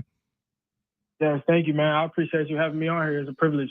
So I've heard you say this before, I think with the media, maybe after games, where you're like, you never feel as if you're out of a game. You're like, until there's like 5 seconds left and maybe we're trailing by 10 points. Okay. But you don't feel as if from a competitive or player perspective, you're out of a game.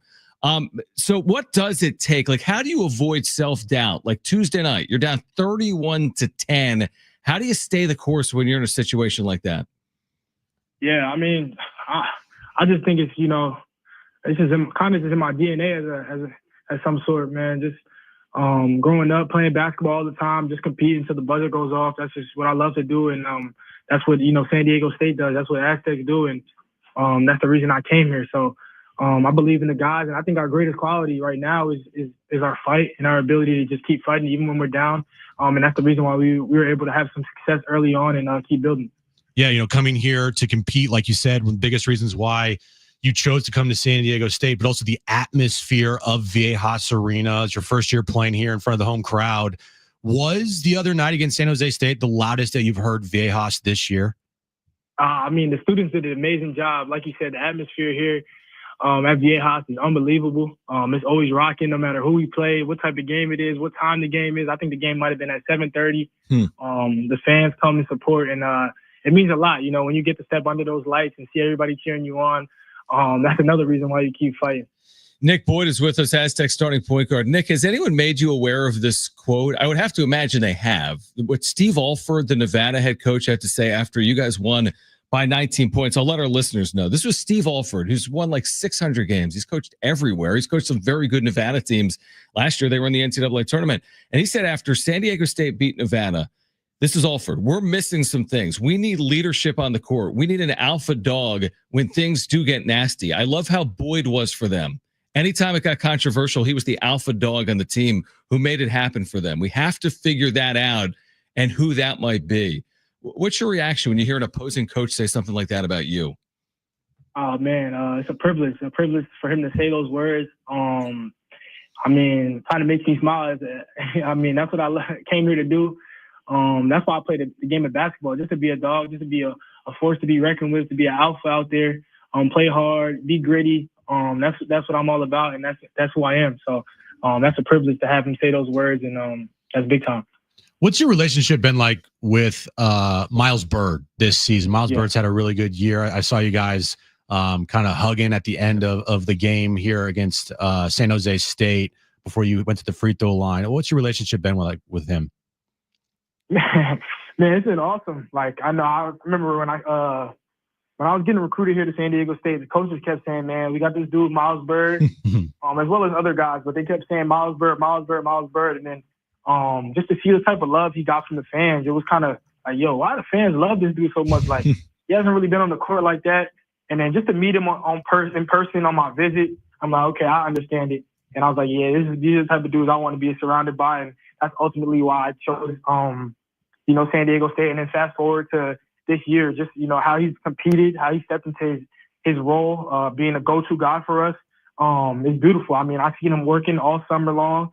I know we have ups and downs through it all, and I just love how consistent, how he brings energy to practice every single day, and his value on the team is, beyond explainable. Nick Boyd is with us right now, Aztec starting point guard. You just mentioned it. I mean, all college basketball seasons, even years that end in a Final Four like you've played in, there's always highs and lows, right? That's just how life works, and that's how sports work as well. We had Miles on at some point, maybe after Tuesday, where he told the media, he's like, things weren't going my way in the first half. I wasn't playing like myself, and it's like, I kind of needed some tough love. I had my teammates saying to me at the half, picking me up, saying, we're going to need you to win this game. We're going to need you in the second half.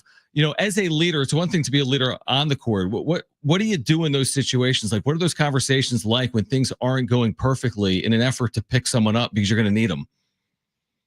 Yeah, that's the toughest thing to do in basketball. Coach Dutch always says, the biggest thing that can stop a player is their frustration. And, like Miles said, it's hard when you're not playing well and things aren't going your way. It's hard to really snap out of that and have that mental toughness to really move on to the next thing. I know, just speaking for myself, I've gone through ups and downs this year, whether it's been making shots or trying to make plays and either turning the ball over. But, if you just keep going and keep working, stay with it, things tend to work out for people who, have true character and have true belief in themselves. And, Miles is a testament to that. And he keeps believing in himself. He shows up, whether he's doing good or bad. And that's what we need for this team because he's a leader, he's a force. And when it comes to picking up my other teammates, just, constantly encouraging them and giving them the energy to keep pushing, whether it's a bad day in practice or a time when we're tired. That's my job, and that's what I came here to do. Nick, you're one of the vets on this team, even though this is your first year here. And the majority of the team is very young. You have a lot of young guys on your team with not a lot of, college basketball experience under their belt. What's the biggest, thing that a young team like you guys have to work on the most every single day? Man, I think it just comes down to, you talk about the games we kind of drop here in conference, even games at home. Just making winning plays in a timely manner. UNLV game came down to the wire. The Oregon game came down to the wire.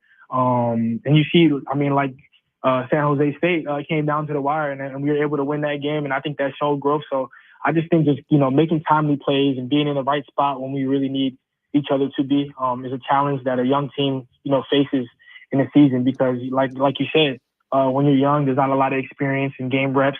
So you're not really prepared for that moment. But, seeing a win like the last game we played is a step in the right direction.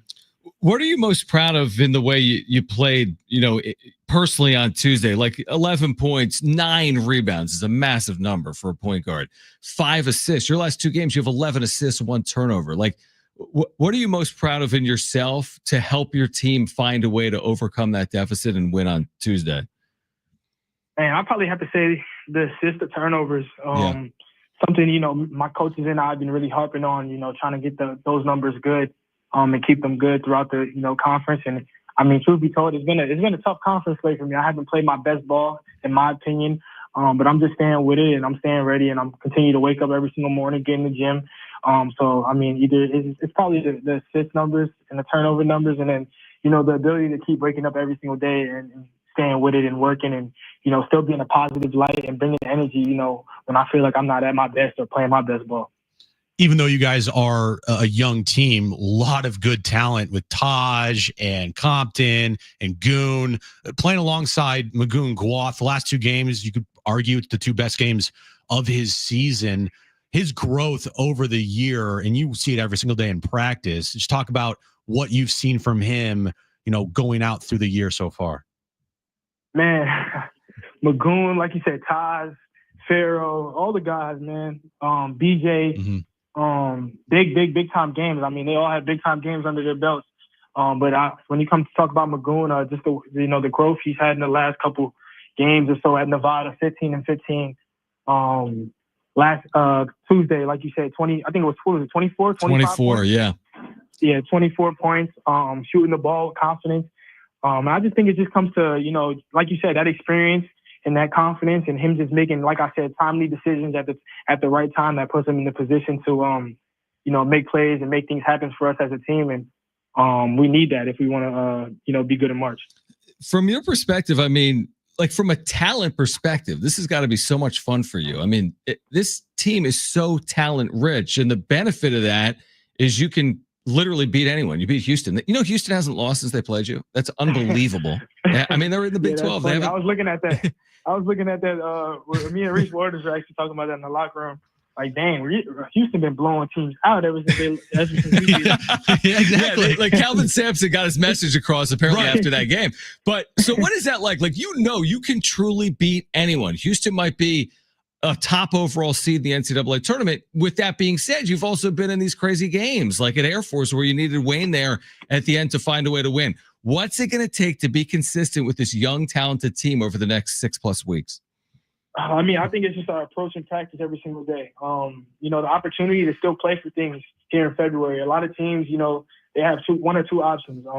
Get ready for March or kind of get their things ready for spring break. And we have an opportunity to, get ready for March in a sense. And I just think it starts with our preparation every single day, our focus. And I think our focus has gotten better over the last couple of weeks just in practice. And I mean, you've seen that in our performance at Nevada and then being able to come back down 21 and close out a big time home win. So, just our preparation and practice and having the right mindset.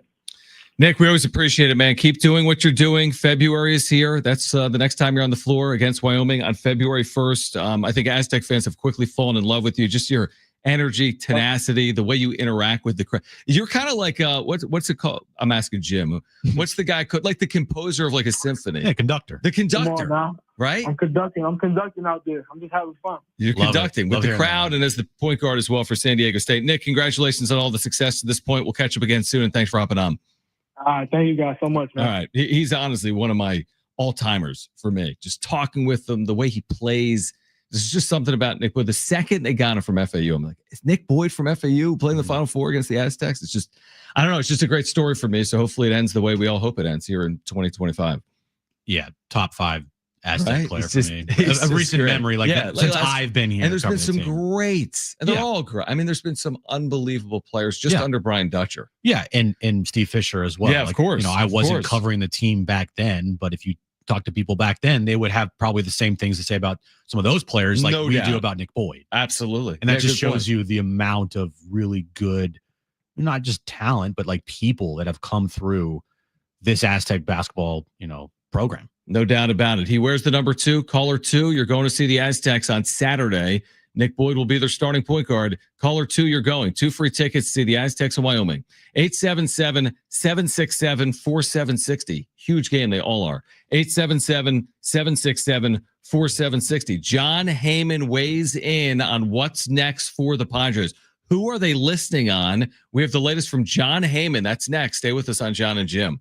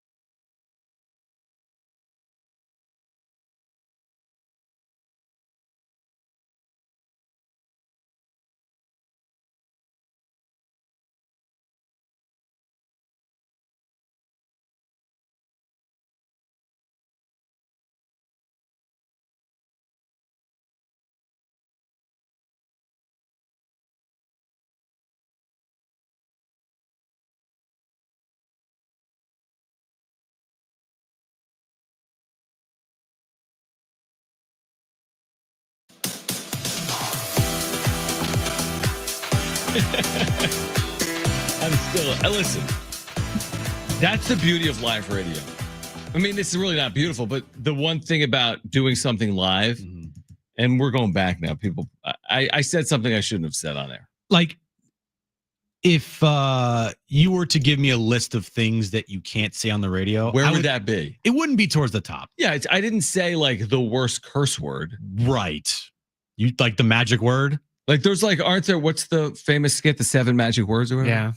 Like there's things you can't say. George Carlin thing. Yeah, I mean, obviously. Yeah. You just said a word like an Urban Dictionary describing something that is derogatory. I didn't know that though. That was the funny part, is you had no idea what that meant. That's the problem. You had no idea what that slang word meant. That's right. Which is why it was hilarious. But that's the thing. Like, they say you learn something every day. Yeah. I do. Like the FCC's not going to come down on our heads for that, right? Right? Well, no, because we hit the button. It. Yeah, we bleeped it out. I'm just saying if we dumped it. If you didn't dump it though. If somebody complained about it. Yeah, it's possible. I can't believe John said that. Like, I don't even know what it means. Says the guy from the guy over here that called me the A word. Right. Twice. Multiple times in like 5 minutes, right? Or was a different day. We were doing a fusion with Darren. And I'm like, you're such an like, hey, everybody on Twitter just thinks Jim is just a giant blank hole. Right. And I look at you and Darren looks at you and you go, what? You can't say that? Jaw dropped that I said that. I was like, whoa, and dude. then when did I say it again? You said it another time. Later. You said it another time and you were just like, you can't say that. Emphatic about it. I really was. It was amazing that this is why they should keep of AM all radio people, cars. You're the one that dropped that twice. Would everyone listening right now, I want to hear what Jim has from Jon Heyman, because there's something real here related to the Padres.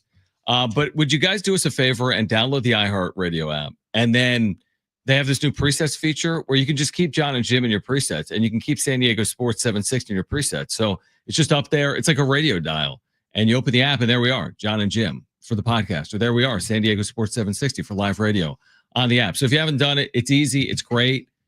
Jim has it. I don't, for whatever reason, have the new app, but everyone listening has access. Yeah, if you can't watch us on YouTube or can't listen to us while in your car, you can listen to us on your phone wherever you are.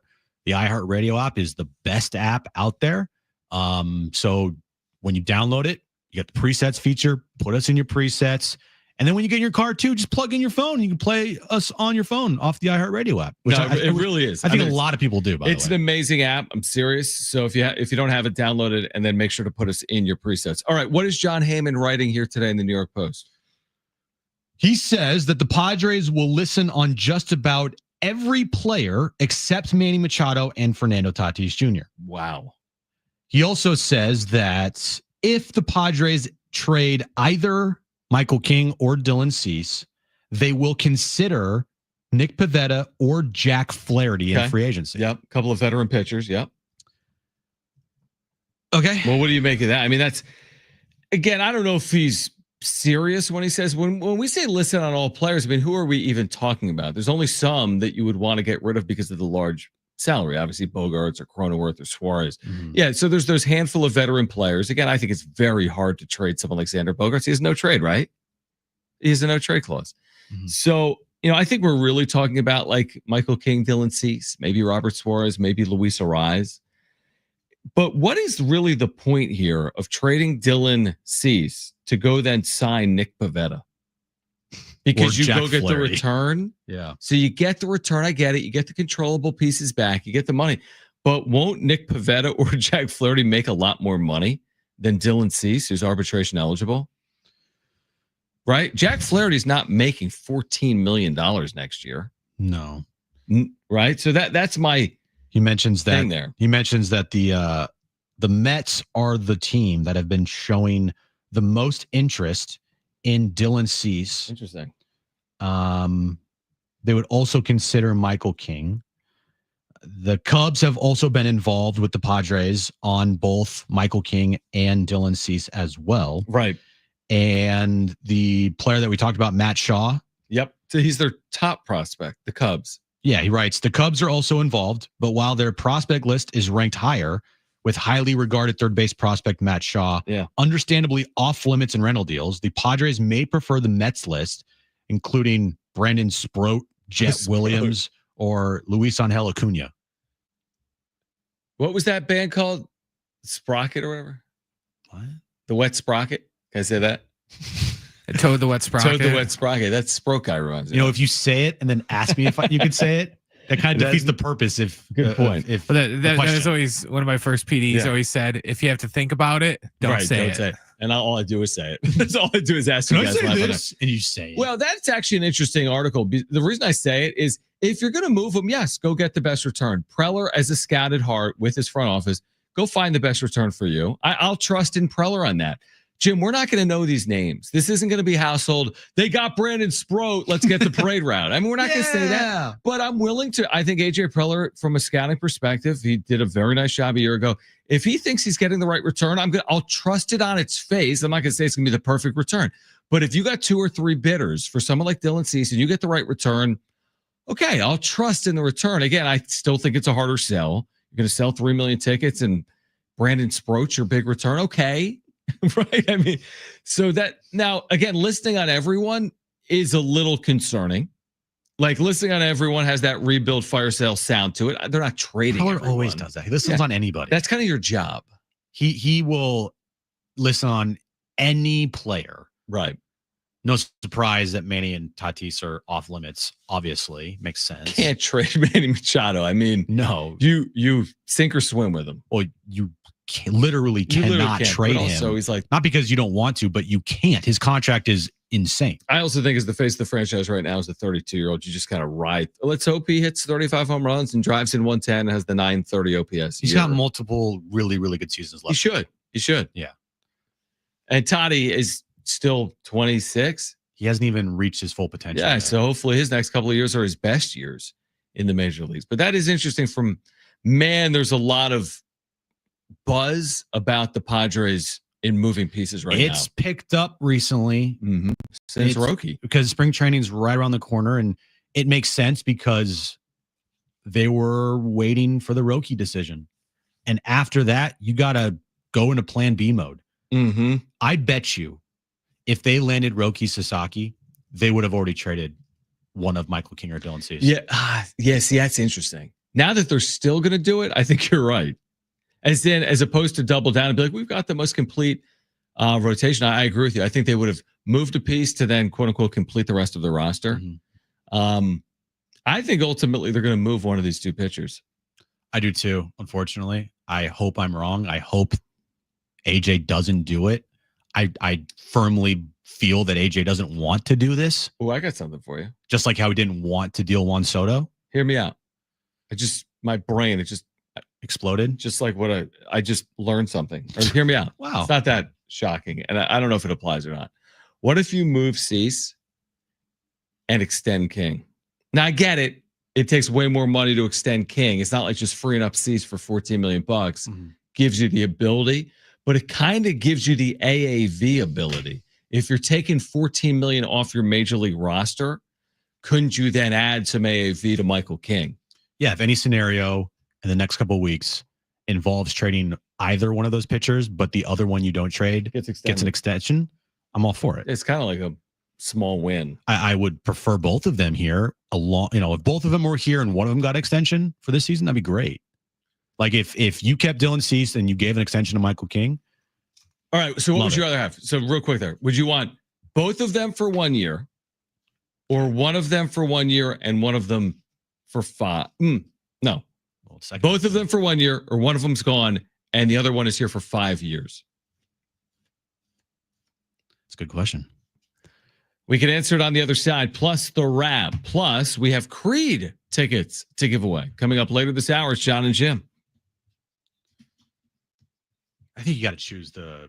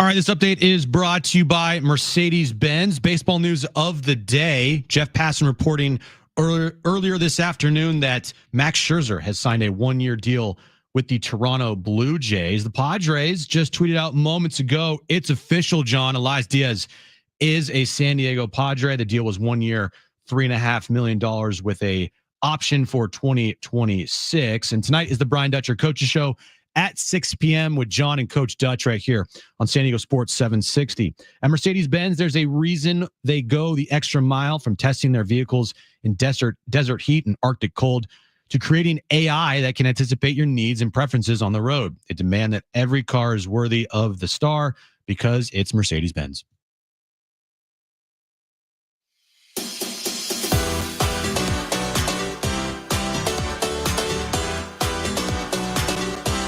All right, Jon and Jim with you. We have Creed tickets to give away later this hour. We'll do that during Trainwreck Radio, our trivia segment. We are here until 6 p.m. Then Brian Dutcher Show is at 6. If you got a question for the head coach of the Aztecs, 70470. Start your message with the word team. Again, 70470. You can start it with the word team. If you've got a question for Dutch here tonight, he'll join us coming up at 6 p.m. And then again, we have Aztec basketball Saturday at 5. Aztecs and Wyoming pregame coverage will begin outside Viejas at 4 p.m. All right.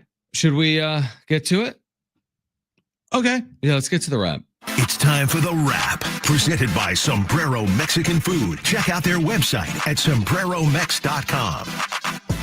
Will Fernando Tatis Jr. hit more than 30 home runs this season? Better be. He better hit more than 30 home runs. If he doesn't, He'll hit less. I know he will, but you kind of need him to have a breakout season. With losing Profar and losing the 18 home runs that you got from Hickey behind the plate last year, I don't know if you can win at a high clip if Tatis only gets you 24 home runs. Here's an amazing note. It's not that amazing because he's always hurt. He's never, only once has he hit 30. It's when he hit 42. Other than that, he's never hit more than 25. So he's got that 42 home run season in 2021. Now, again, he's been hurt.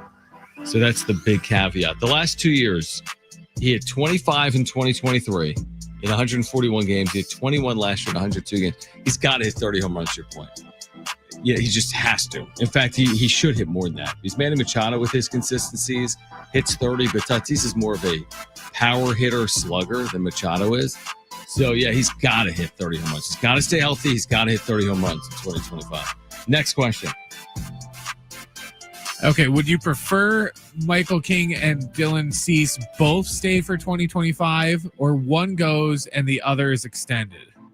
Right. What we were talking about a moment ago. I think I would choose one of them get extended and one of them goes. Because then you have accomplished something to have a player long term, even though one of them leaves. Like, I think you could still win this year if one of them goes. I wouldn't like it. I would prefer that not to happen.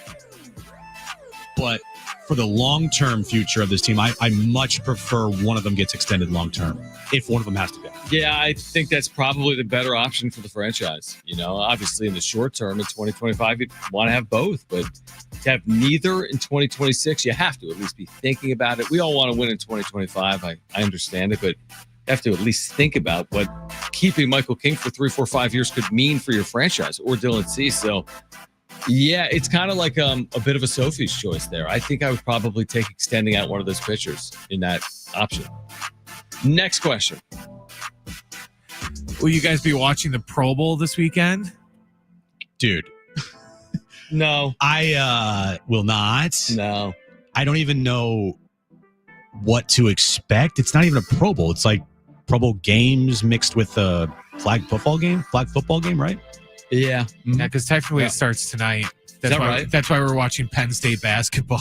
Right, because we're not watching that. Yeah. So Sunday at 3 p.m. Eastern is the Pro Bowl game. No. The crazy part is that thing will get 9 million viewers, 10 million viewers, right? Yeah, I'm sure. Yes, you're probably right. A flag football game. Now, granted, it is with all pro players and NFL players, not just some randos, will get 10 to 15 million viewers. Yeah, I mean, that's the amazing thing. I think the reason they had the actual Pro Bowl game for so long is because people just tuned in, but ultimately the commissioner was like, what are we doing? I mean, it got to the point where basically was flag football, and who wants to see anyone get hurt? It's something so meaningless. I have no interest in seeing it. You know, I'd much prefer a Major League All-Star game or an NBA All-Star game to an NFL Pro Bowl, even though more people watch an NFL Pro Bowl. So, listen, the NFL is king. One thing they're not king of is this event, and that's fine. And I'm not going to be watching this weekend. Like, I'd prefer a third place game or like 31 versus 32 for the top draft pick or something hokey. That would be the most amazing, like, content right thing that could happen. Is the third place or 31 versus 32 is if the Tennessee Titans played the who's the number 2 pick? Cleveland Browns? Browns. Yeah.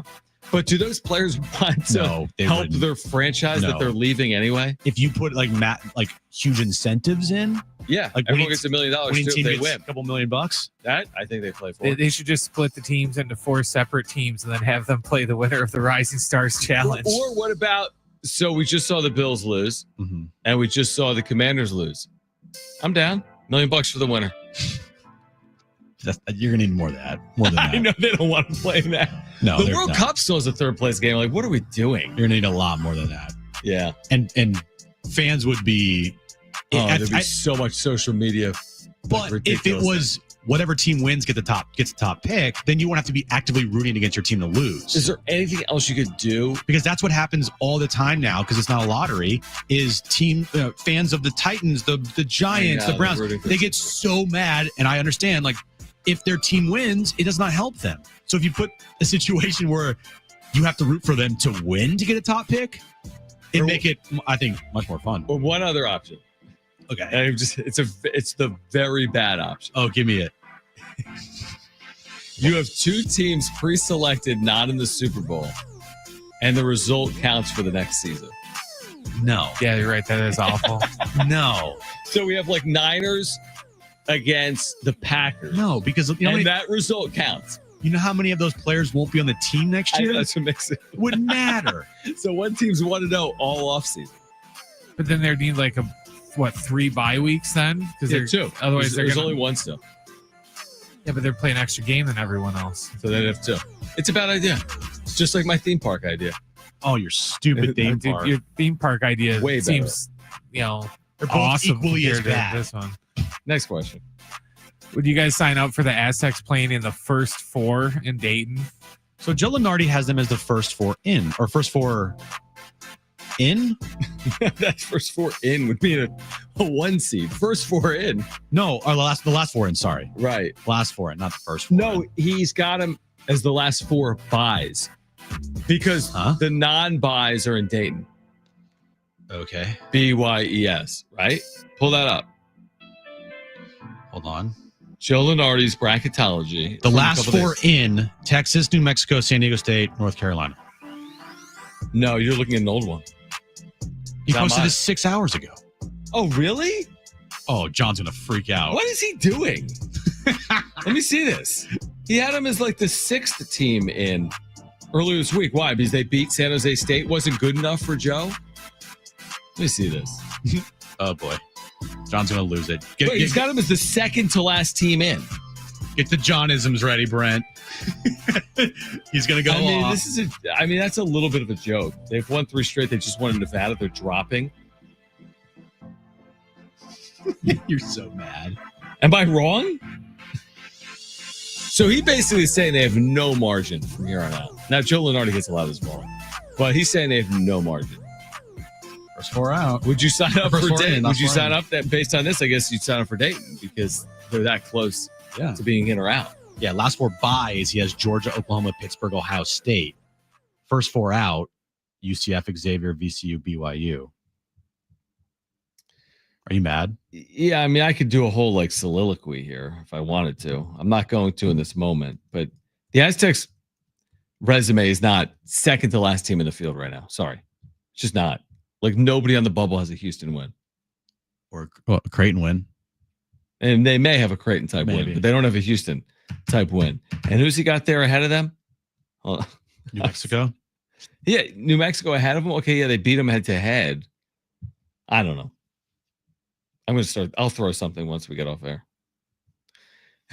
Okay. Anyway, so would you take it? I would take for them being in the. I've seen teams go from the first four to the final four. UCLA, VCU. I mean, I just want them in the field. I think they're capable of getting in the field without going through Dayton.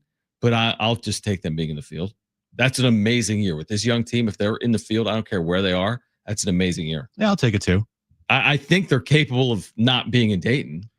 I am not going to worry about seeding with this Aztec team. I'm going to be worrying about, are they in or are they out? Mm-hmm. Yeah, I agree with that. But I just feel with how young they are, making the tournament is a major accomplishment. Now, if they go on and they do end up somehow winning a regular season title, or if not, they go and winning a Mountain West Conference tournament title, along with making the tournament at whatever seed they're at, right? Dude, that's a great year for this club, or not club, but program. Yeah, no, I agree with you. All right, who wants to go see Creed? But he's got Ohio State over San Diego State, so I'm rooting for the Buckeyes to lose right now on TV. All right, if you want to see Creed, and this concert's coming up Wednesday, August 6th at the North Island Credit Union Amphitheater, call 877-767-4760.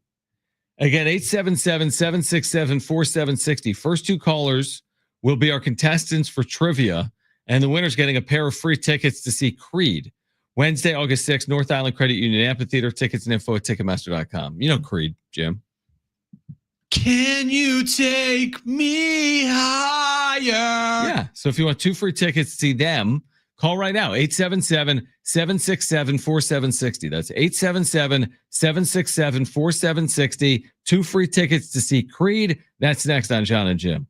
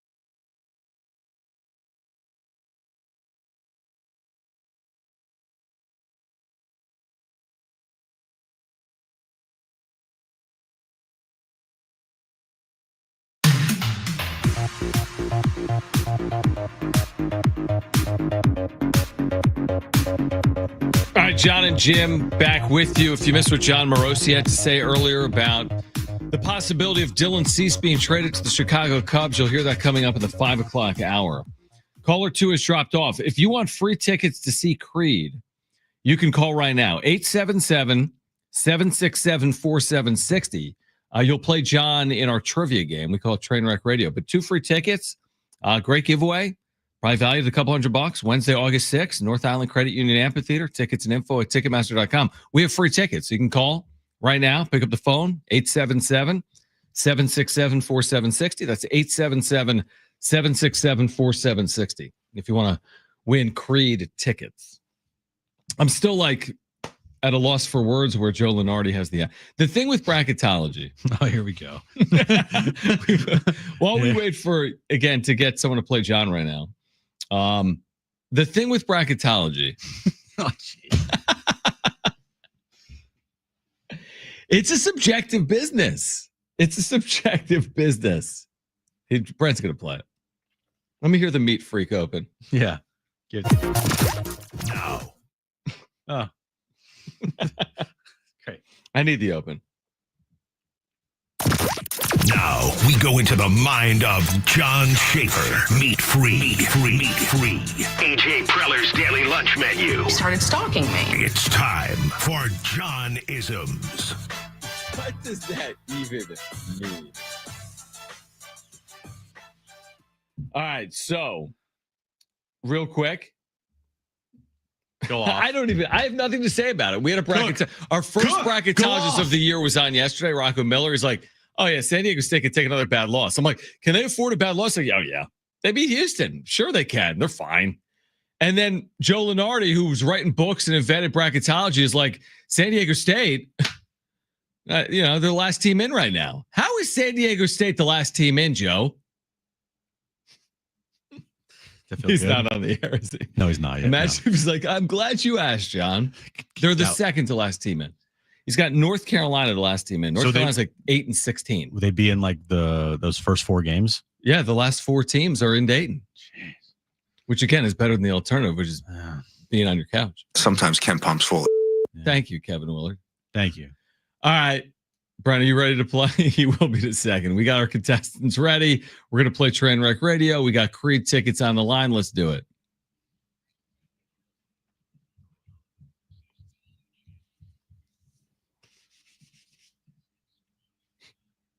All right, 3 questions, 2 contestants, 1 lifeline. Today's 2 contestants, we have Jon and we have Steve. Jon, you called in first. So you have your choice of Jon or Jim. Who do you want to go with? I'll make it easy and go with Jon. Jon and Jon.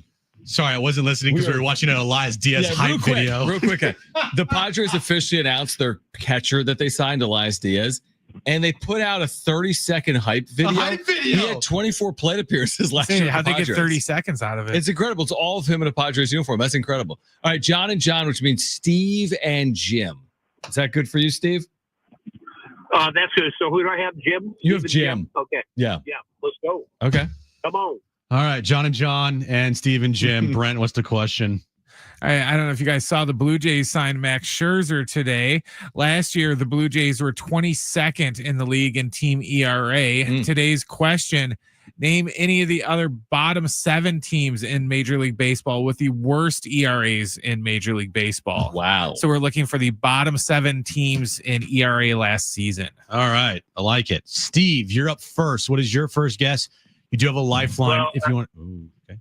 Yeah, I'm going to say Tampa Bay. Tampa Bay? Tampa Bay is the first guess. Wait, Steve, why were you so confident in Tampa Bay? This is bottom 7, Steve, not top. Because I had nothing. You what? Because I had nothing in my mind. Oh, okay. That's okay. I like it. Yeah, no it's worries. Not over. It's okay. Let's keep going here. You actually guessed the regular, baseball team, so that's good. Jon, you're up next. What is your first guess? You do have a lifeline if you want to use it. Golden State. Yeah, I think I'll go with Oakland, the A's. That's funny. It's actually on the list. Sacramento A's now. But yeah. Steve, back to you. What's your second guess? Do you have a lifeline if you want to use it? I'm going to say Texas Rangers. The Texas Rangers on the list. Wow. A year after winning the World Series. Yeah, they weren't good last I like year. it. Jon, back to you. What's your second guess? You do have a lifeline if you want to use it. going to say the Rockies. The Rockies. Well, analyze Diaz. Oh, they're still on the list. That's great. He didn't pitch, John. Elias Diaz, but he not caught pitch. that staff. That's true. Yeah. Steve, back to you. You're going to need this to stay in the game. What is your final guess? You do have a lifeline if you want to use it. I'm going to do a lifeline on this one. Okay. Wow. I will go with the worst team in baseball, the Chicago White Sox. Do you take that? Yeah, but their pitching staff was legit. Yes, I'll take that.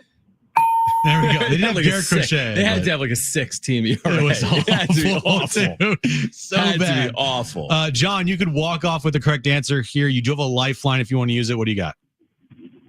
Yeah, let me get the lifeline. That's moi. Yeah, you. I mean, wow.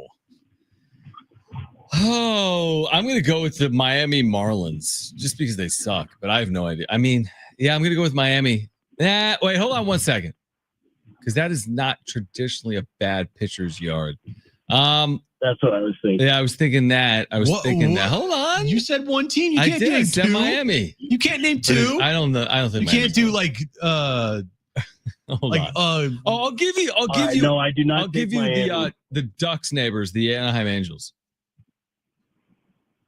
Ooh, the Angels. Yeah, I'll take the Angels. Boom! And I bet Miami was not on that. Oh, is it over? We win. Yeah, we won that. He walked off. Marlins on that list? Yes, they are. Oh, I had 2 winners, Jim. Oh, it must be nice. So you can't play under protest for Steve. Okay. All right. Congratulations to John. Who's on the list, Brent? All right, the Rockies had the worst ERA in all of baseball with 5.5 or 4.7. Then Miami, then the White Sox, then Arizona, then the Angels, Oakland, now Sacramento, Texas, and then the Nationals. Okay. Bottom 7 ERAs in the sport in 2024. All right. Congratulations, John. You're going to see Creed, and that concert is coming up this summer. It's at the North Island Credit Union Amphitheater, August 6th. For tickets and information, you can visit Ticketmaster.com. If you missed John Morosi earlier, you'll hear him on the other side on the possibility of the Padres and Cubs getting together on a trade for Padres ace Dylan Cease. Plus, our reaction to a Padres. How they put together an Elias Diaz hype video is remarkable work by the video team. Whoever did that should get a raise. I'm going to watch it at the break 3 times. And I need to see the highlights they use. Is it a base hit through the left side? And then him catching a ball on the outside half of a plate. Are they going to repeat highlights and try and pass them off as multiple? I quote tweeted it and said, a hype video? That is by no means a slight. That is oh my God, this is an actual hype video. Good job on the Padres social media team for putting that together. They've been probably waiting to do something this entire offseason. They just showed a home run, so I guess he hit one. He hit one. Wow. Oh, man, he hit that ball 17 hard. different angles of that. Wow. All right. Hour 4, Jon and Jim coming up next.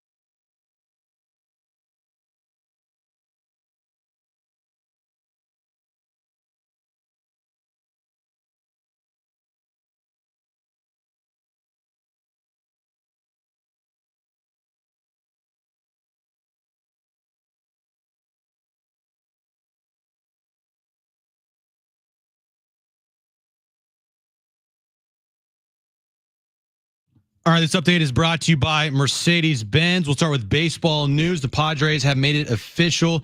Elias Diaz has signed with the Padres for 1 year, $3.5 million. They announced that on their social media platforms. Other baseball news today, Jeff Passan reporting that Max Scherzer has signed a 1 year deal with the Toronto Blue Jays. And tonight at 6 p.m., an hour from now, is the Brian Dutcher Coaches Show with John and Coach Dutch right here on San Diego Sports 760. At Mercedes-Benz, there's a reason they go the extra mile from testing their vehicles in desert heat and Arctic cold to creating AI that can anticipate your needs and preferences on the road. They demand that every car is worthy of their star because it's Mercedes-Benz.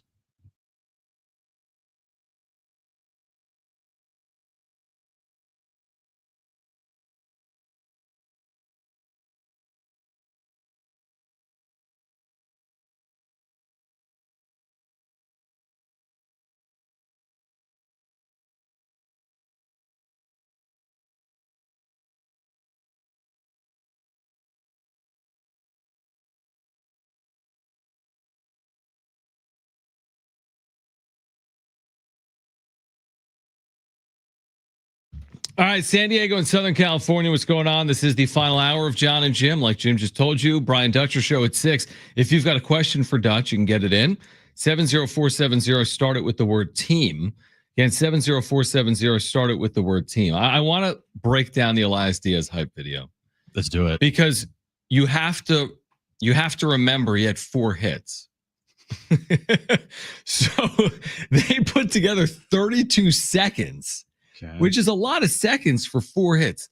So what do you notice most? It's a lot of hugging, right? It's a lot of smiling. So this one home run that he hit has like really 17 different angles. Oh, he hit that thing, man. There's another hit that he had. Yep. He hugged Jackson Merrill. He hugged Jackson Merrill. He tagged out a San Francisco Giant to play. He was so out. He caught a pitch. He did. No, he didn't. I need to see that. Does he catch a pitch? Toward the end of the video, he catches a strike. Let me see him catch. Oh, it's against the White Sox, like one of the last games of the year. Just watch. Keep watching. Okay, I'm watching. So I think it's at like the 24-second mark. He caught a pitch, dude. You're right. He caught a pitch. That's honestly, dude. That video team. That's really well done. Incredible. Based on 4 hits. Incredible work. Wow. Like slow clap. Yeah, the slow clap. Is, man. Slow clap from the production team down at Petco Park. Now, is it going as viral as they were hoping for? Maybe not. It's got 20 retweets. You know? Yeah. So maybe not. But you win some, you lose some. Again, this is their signing of the offseason, and maybe it's fruitful. Maybe it has value. Veteran catcher. You said the other day, you're not hanging banners for functional signings. This is it matters. Yeah. This is a functional signing. It's like the least sexiest thing they possibly could do. But it was either this or go into a year with Luis Campusano as your starting catcher potentially, and Martin Maldonado, who was awful last year and has been awful. No, you're going to go with a guy with at least some upside. What do you? What do you? 619 said Padres on government level for propaganda, just like, they're just like feeding us. Like, look at this. Like you watch this. Honestly, you watch this video, you might be like, oh, maybe he hit like 360 with like 48 bombs. You know what it reminds me of? Remember last year when the Pirates signed Rich Hill? Oh, they did a full thing, and they had a full-on Rich Hill highlight video. Yeah, I do remember. Yeah, it's their job. This is 100%. They have a bunch of production people down there that are just waiting for something to happen. They have no control. They've only done like a bobblehead video so far. Yeah, but could you imagine the email? Like, hey guys, they are the admins. No, but like, hey guys, can you put together that Elias Diaz hype video? Like, what?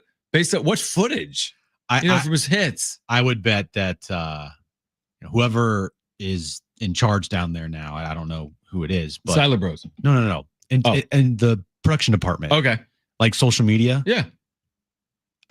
Me and you were talking about the Elias Diaz signing is like whatever. Saying the same thing. They are saying to themselves, we have something that we can do now. Right. Their whole they were getting into the office and they were like, hey, do you want to play like tic-tac-toe? Right. I don't know. It is funny. It's very funny. It is, but I get it. Credit to them, man. They put together a banger of a hype video for a guy that had 4 hits. I actually really respect it. No, I do too. Again, like you said, maybe they're looking for something to do. They don't want to get fired. I kind of appreciate it, honestly.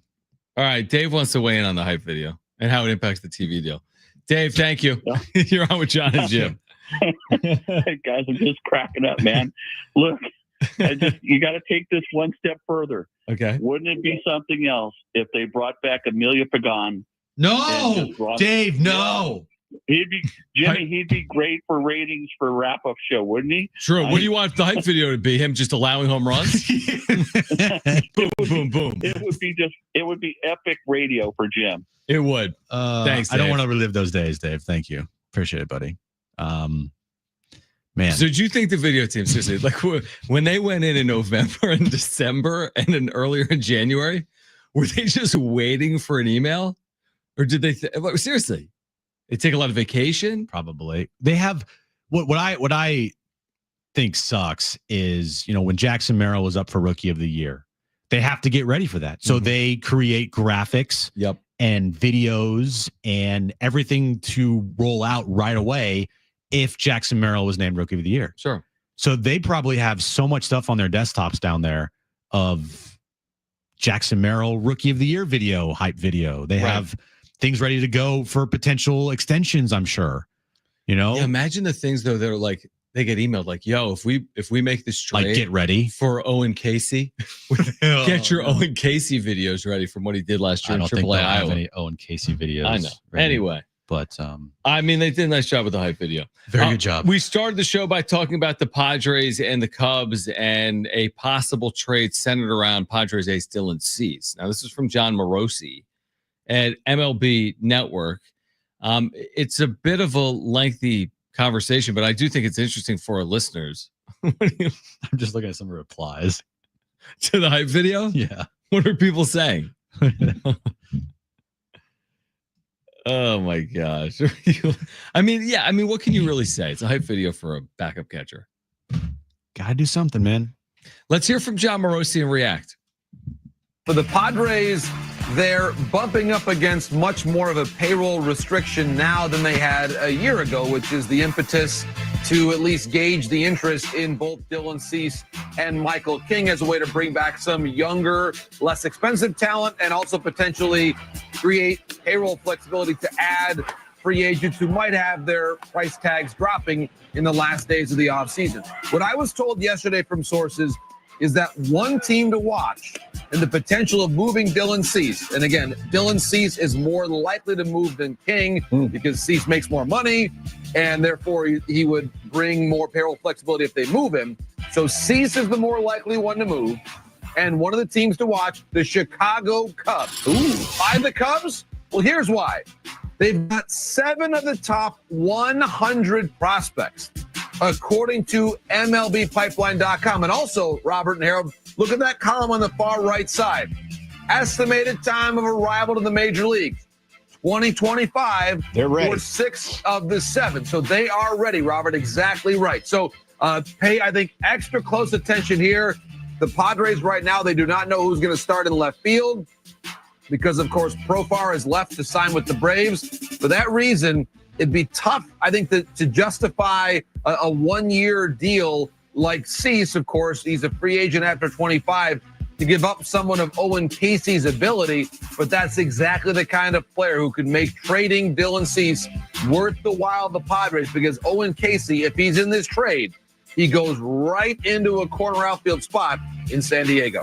So wait, Owen Casey's a third baseman? Owen Casey. Or was that someone else? No, he's talking about the other dude, their top prospect. Owen Casey's not their top prospect. He's one of their top. You said him earlier, Straub? Oh, Straw or Straw? Straw? Yeah.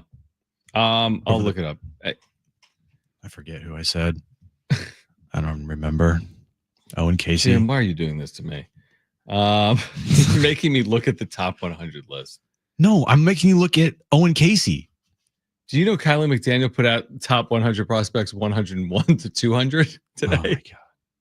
How many Padres are in the top 200? You got to be a real nerd to look at that Holy list. moly, like 188. I need to see that list. Like, let's break Hold down on, the let's look. 188th prospect in baseball. Who's that? Like, shut up. No one cares. Matt Shaw. Matt is Shaw a 23-year-old third baseman. Okay. Well, you burped there. I'm drinking Diet Coke, dude. Maybe don't drink Diet Coke. 4-hour show, man. Hey, the 5 o'clock loopy it hour, gets man. loopy, dude. Yeah, bro. But the other dude, so we said Shaw. Just burping. It's been an interesting show for me, dude. Mid-segment burp on the radio.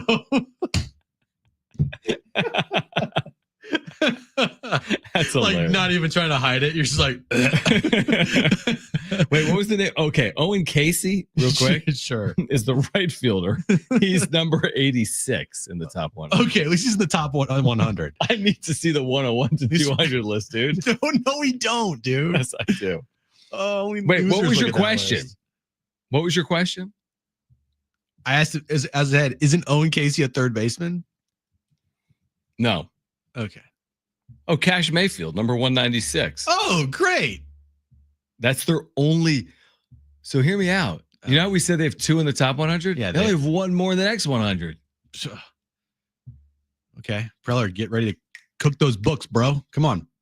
Make sure that Cash Mayfield's rankings go up. Do you want me to read the 101 through 200? Sure. Number 101. I don't care. Welbin Francisco. Oh, that's great. Yeah. I don't even know where we're going with this. We just heard from Jon Morosi. And he said, listen, they have MLB ready talent. That's the point with the Chicago Cubs. That's the point that everyone's made today.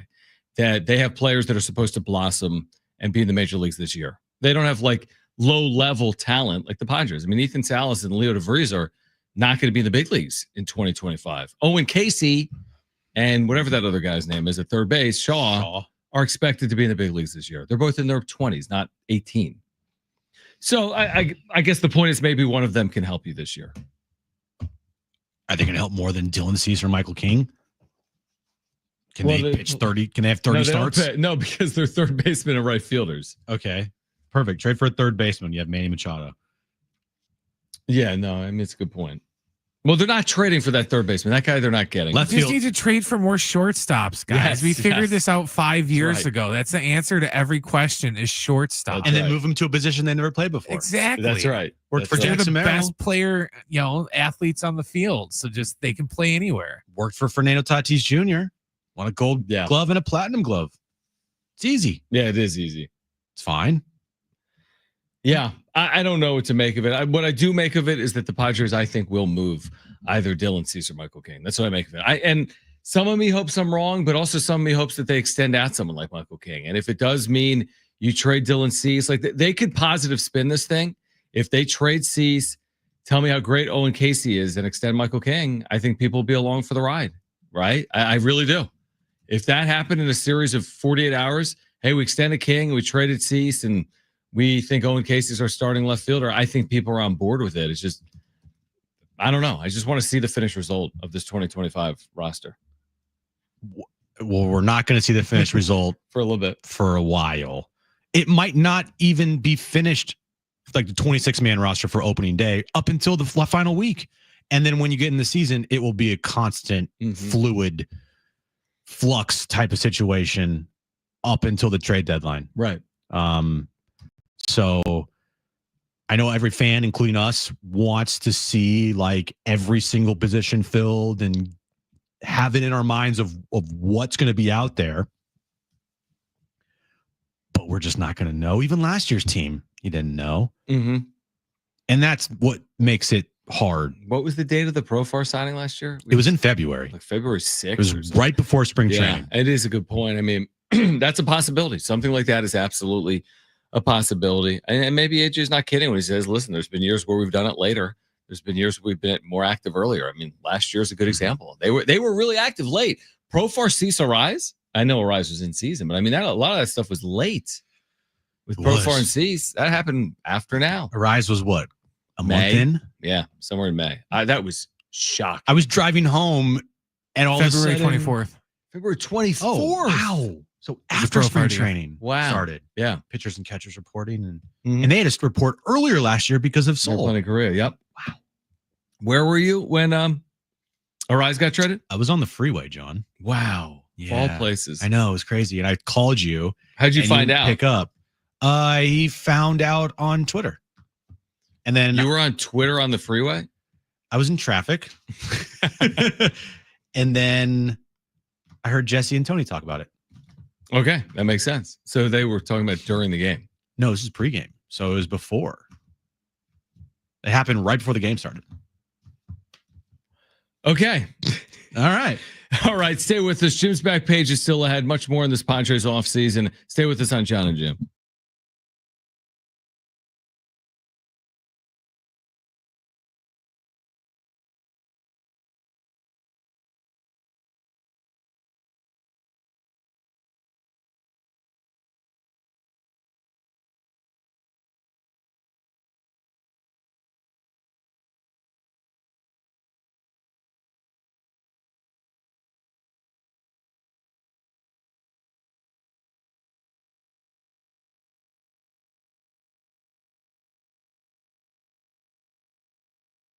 All right. So what could you do with an extra 75,000?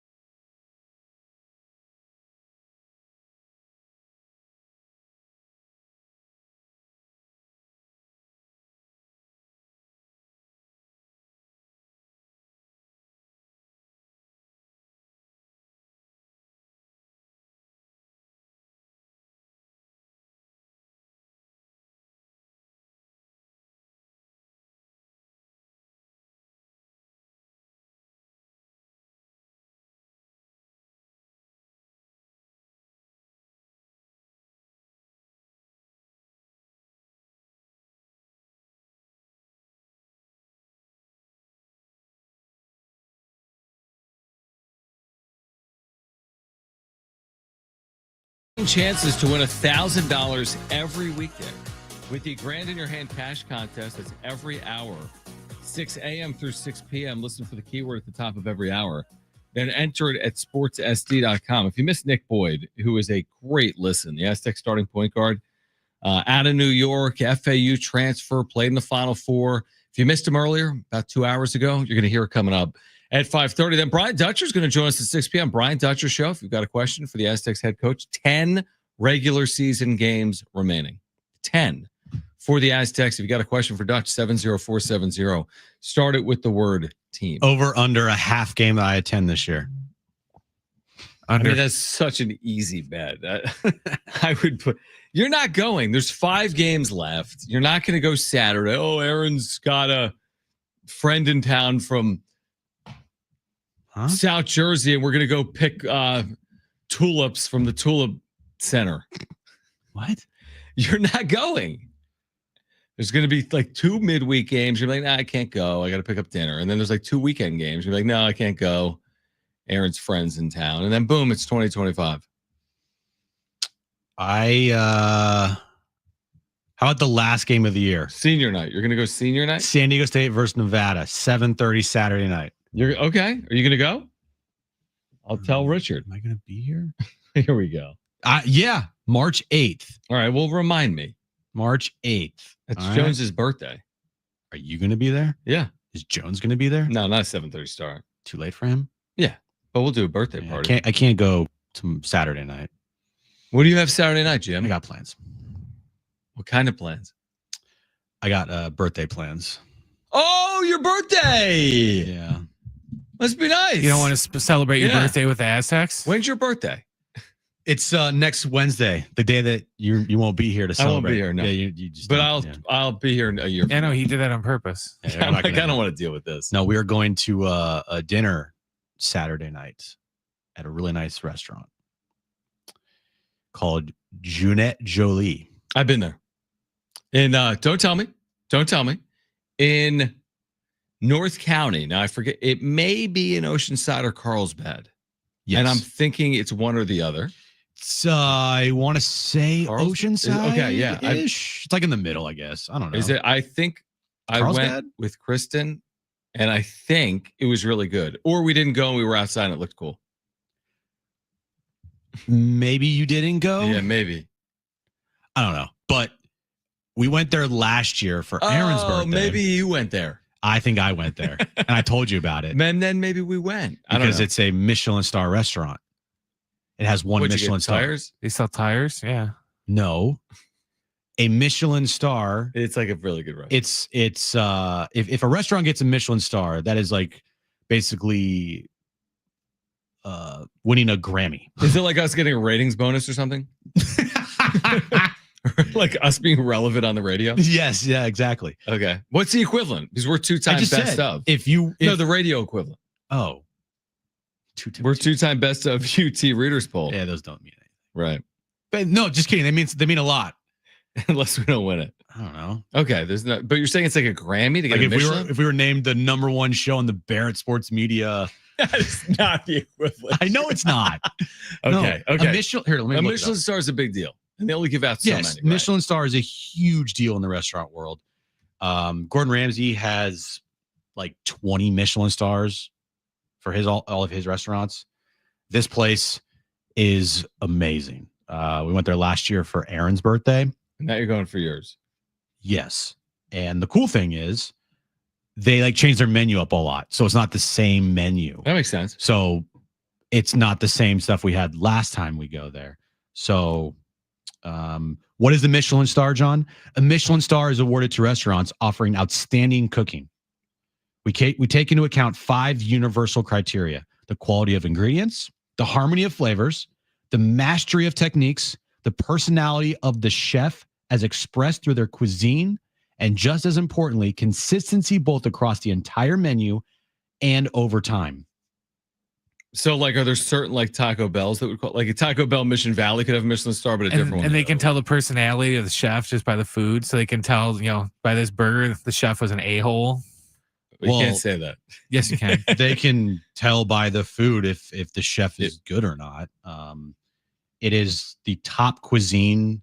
So it's awarded to the top cuisine restaurants. Like Addison in San Diego has 3 Michelin stars. So they keep piling on. Yeah, it's Nobody loves a incredible. good restaurant more than you, man. All you do is yeah. talk about restaurants. I love it. I love all the food. I like the foodie aspect of it all because I love watching the Food Network and Top Chef and Gordon Ramsay's Hell's Kitchen and like all the cooking shows. I'm addicted to it. I know you are. So I like the chefy type of stuff, and it's kind of pricey, but it's on air. It's your birthday. Yeah. So you should start like a show, like to counter the diners, dive-ins, and whatever. Diners, drive-ins, and dives with you Guy should do it. Fieri. You know, my mom was on that show. Yeah, that's like, did you know I used to work in minor league baseball? I know. My mom was on Guy's Grocery Game multiple times, twice, and she lost twice. Have a happy birthday. Thanks. Appreciate You're gonna be doing. So she's the 49ers of that show. Oh, wow, mic drop. All right, Nick Boyd, Aztec starting point guard. If you missed our conversation, Nick Boyd, Aztec starting point guard, joins us next. 6 p.m. Brian Dutcher will be here live. Get your questions in 704-70. Start it with team. It's Jon and Jim.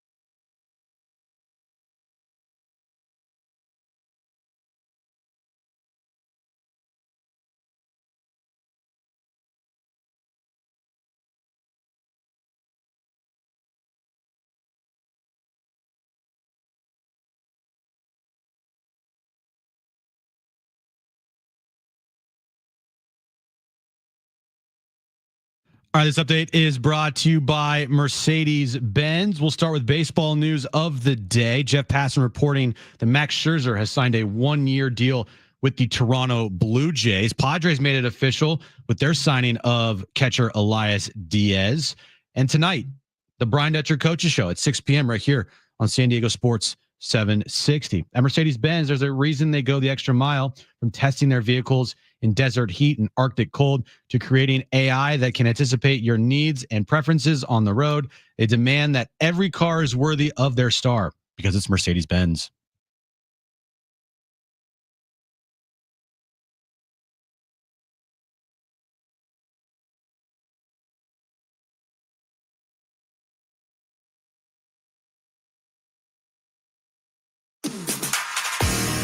All right, it was great to catch up with Aztec starting point guard Nick Boyd earlier. And if you missed our conversation, and by the way, Brian Dutcher's coming up at 6 p.m. Brian Dutcher Show. If you got a question for Dutch, you can text us. We'll get to your questions live on air at 6 p.m. 70470. Start it with the word team. But we started this conversation with Nick about how he stays composed when you're going through adversity like they went through Tuesday night when they fell behind 31-10. Yeah, I mean, I just think it's, it's just kind of just in my DNA as some sort, man. Just growing up, playing basketball all the time, just competing until the buzzer goes off. That's just what I love to do. And that's what, San Diego State does. That's what Aztecs do. And that's the reason I came here. So I believe in the guys. And I think our greatest quality right now is our fight and our ability to just keep fighting even when we're down. And that's the reason why we were able to have some success early on and keep building. Yeah, coming here to compete, like you said, one of the biggest reasons why you chose to come to San Diego State, but also the atmosphere of Viejas Arena. It's your first year playing here in front of the home crowd. Was the other night against San Jose State the loudest that you've heard Viejas this year? I mean, the students did an amazing job. Like you said, the atmosphere here at Viejas is unbelievable. It's always rocking no matter who we play, what type of game it is, what time the game is. I think the game might have been at 7:30. The fans come and support, and it means a lot, when you get to step under those lights and see everybody cheering you on. That's another reason why you keep fighting. Nick Boyd is with us, Aztec starting point guard. Nick, has anyone made you aware of this quote? I would have to imagine they have. What Steve Alford, the Nevada head coach, had to say after you guys won by 19 points. I'll let our listeners know. This was Steve Alford, who's won like 600 games. He's coached everywhere. He's coached some very good Nevada teams. Last year, they were in the NCAA tournament. And he said after San Diego State beat Nevada, this is Alford, we're missing some things. We need leadership on the court. We need an alpha dog when things do get nasty. I love how Boyd was for them. Anytime it got controversial, he was the alpha dog on the team who made it happen for them. We have to figure that out and who that might be. What's your reaction when you hear an opposing coach say something like that about you? Oh, man, it's a privilege for him to say those words. I mean, trying to make me smile. I mean, that's what I came here to do. That's why I play the game of basketball, just to be a dog, just to be a force to be reckoned with, to be an alpha out there, play hard, be gritty. That's what I'm all about, and that's who I am. So that's a privilege to have him say those words, and that's big time. What's your relationship been like with Miles Bird this season? Miles Bird's had a really good year. I saw you guys kind of hugging at the end of the game here against San Jose State before you went to the free throw line. What's your relationship been with him? Man, it's been awesome. Like, I remember when I was getting recruited here to San Diego State, the coaches kept saying, man, we got this dude, Miles Bird, as well as other guys, but they kept saying Miles Bird, Miles Bird, Miles Bird. And then just to see the type of love he got from the fans, it was kind of like, yo, why do fans love this dude so much? Like, he hasn't really been on the court like that. And then just to meet him in person on my visit, I'm like, okay, I understand it. And I was like, yeah, these are the type of dudes I want to be surrounded by. And that's ultimately why I chose San Diego State. And then fast forward to this year, just, how he's competed, how he stepped into his role, being a go-to guy for us. It's beautiful. I mean, I've seen him working all summer long. I know we have ups and downs through it all, and I just love how consistent, how he brings energy to practice every single day. And his value on the team is, beyond explainable. Nick Boyd is with us right now, Aztec starting point guard. You just mentioned it. I mean, all college basketball seasons, even years that end in a Final Four like you've played in, there's always highs and lows, right? That's just how life works, and that's how sports work as well. We had Miles on at some point, maybe after Tuesday, where he told the media, he's like, things weren't going my way in the first half. I wasn't playing like myself, and It's like, I kind of needed some tough love. I had my teammates saying to me at the half, picking me up, saying, we're going to need you to win this game. We're going to need you in the second half. As a leader, it's one thing to be a leader on the court. What do you do in those situations? Like, what are those conversations like when things aren't going perfectly in an effort to pick someone up because you're going to need them? Yeah, I mean, that's the toughest thing to do in basketball. I mean, Coach Dutch always says, the biggest thing that can stop a player is their frustration. And, I mean, like Miles said, I mean, it's hard when you're not playing well and things aren't going your way. It's hard to really snap out of that and have that mental toughness to really move on to the next thing. I know, just speaking for myself, I've gone through ups and downs this year, whether it's been making shots or trying to make plays and either turning the ball over. But, I mean, if you just keep going and keep working, stay with it, things tend to work out for people who, have true character and have true belief in themselves. And, I mean, Miles is a testament to that. And he keeps believing in himself. He shows up, whether he's doing good or bad. And that's what we need for this team because he's a leader, he's a force. And when it comes to picking up my other teammates, just, constantly encouraging them and giving them the energy to keep pushing, whether it's a bad day in practice or a time when we're tired. I mean, that's my job and that's what I came here to do. Nick, you're one of the, vets on this team, even though this is your first year here. And the majority of the team is very young. You have a lot of young guys on your team with not a lot of, college basketball experience under their belt. What's the biggest, I guess, thing that a young team like you guys have to work on the most every single day? Man, I think it just comes down to, you talk about the games we kind of drop here in conference, even games at home. Just making winning plays in a timely manner. UNLV game came down to the wire. The Oregon game came down to the wire. And you see, San Jose State came down to the wire, and we were able to win that game. And I think that showed growth. So I just think just, making timely plays and being in the right spot when we really need each other to be is a challenge that a young team, faces in the season because, like you said, when you're young, there's not a lot of experience in game reps. So you're not really prepared for that moment. But, seeing a win like the last game we played is a step in the right direction. What are you most proud of in the way you played, personally on Tuesday? Like 11 points, 9 rebounds is a massive number for a point guard. 5 assists. Your last 2 games, you have 11 assists, 1 turnover. Like, what are you most proud of in yourself to help your team find a way to overcome that deficit and win on Tuesday? Man, I probably have to say the assist, the turnovers. Something, my coaches and I have been really harping on, trying to get those numbers good.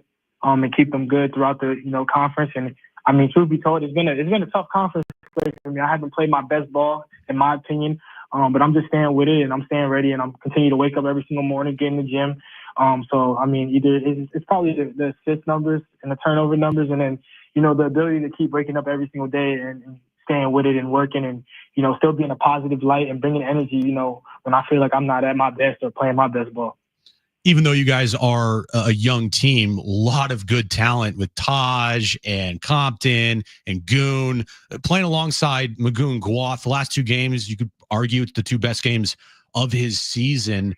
His growth over the year, and you see it every single day in practice. Just talk about what you've seen from him, going out through the year so far. Man, Magoon, like you said, Taj, Payroll, all the guys, man. BJ. Mm-hmm. Big time games. They all have big time games under their belts.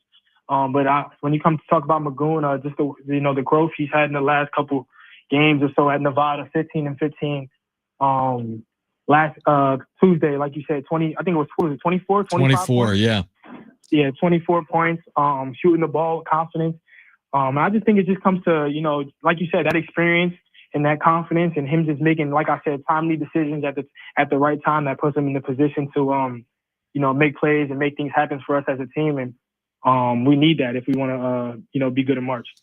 From your perspective, from a talent perspective, this has got to be so much fun for you. This team is so talent rich. And the benefit of that is you can literally beat anyone. You beat Houston. Houston hasn't lost since they played you. That's unbelievable. They're in the Big 12. I was looking at that. Me and Reese Waters were actually talking about that in the locker room. Like, dang, Houston been blowing teams out ever since we yeah, exactly. Like Calvin Sampson got his message across apparently after that game. But so what is that like? Like, you can truly beat anyone. Houston might be a top overall seed in the NCAA tournament. With that being said, you've also been in these crazy games like at Air Force where you needed Wayne there at the end to find a way to win. What's it going to take to be consistent with this young, talented team over the next 6+ weeks?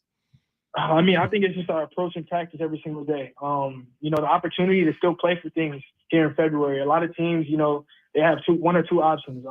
Get ready for March or kind of get their things ready for spring break. And we have an opportunity to, get ready for March in a sense. And I just think it starts with our preparation every single day, our focus. And I think our focus has gotten better over the last couple of weeks just in practice. And I mean, you've seen that in our performance at Nevada and then being able to come back down 21 and close out a big time home win. So just our preparation and practice and having the right mindset. Nick, we always appreciate it, man. Keep doing what you're doing. February is here. That's the next time you're on the floor against Wyoming on February 1st. I think Aztec fans have quickly fallen in love with you. Just your energy, tenacity, the way you interact with the crowd. You're kind of like what's it called? I'm asking Jim. What's the guy called? Like the composer of like a symphony. Yeah, conductor. The conductor. Right? I'm conducting out there. I'm just having fun. You're conducting with the crowd and as the point guard as well for San Diego State. Nick, congratulations on all the success to this point. We'll catch up again soon, and thanks for hopping on. Thank you guys so much, man. All right, enjoyed it. Nick Boyd, Aztec starting point guard. You can see him Saturday at Viejas Arena at 5 p.m. We have the Brian Dutcher show at 6. So if you have a question for Dutch, you can get him in 70470. You can start your message with the word team. As I watch a Micah Parrish slam, by the way, for Ohio State. Jim, are you ready for your back page? I am. There is I'll tease it here. Okay. There's one story on my back page, Brent may have saw it, that if he hasn't seen it, will make Brent rage. I saw it. All right. That's coming up next. We're here until 6, Jon and Jim.